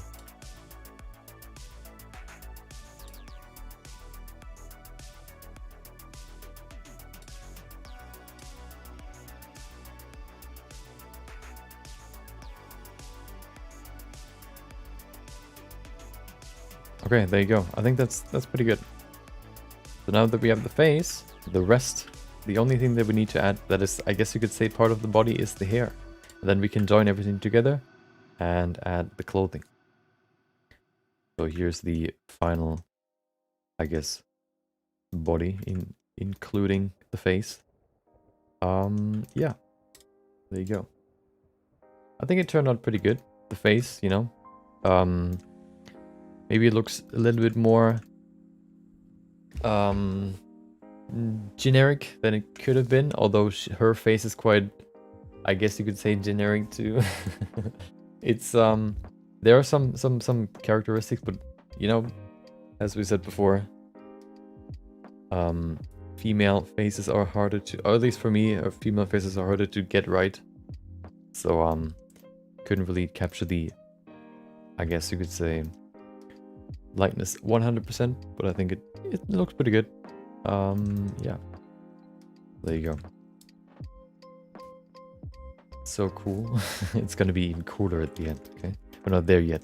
We need to add the clothing, which we're probably gonna do next week. So yeah.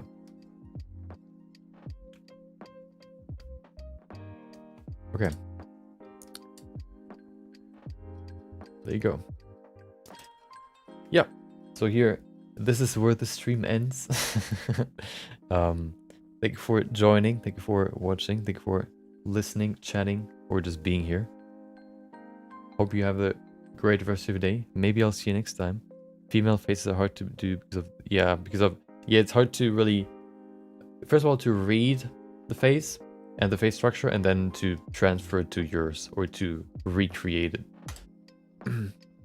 It's the accessoires would make Chun. Yeah, I think so too.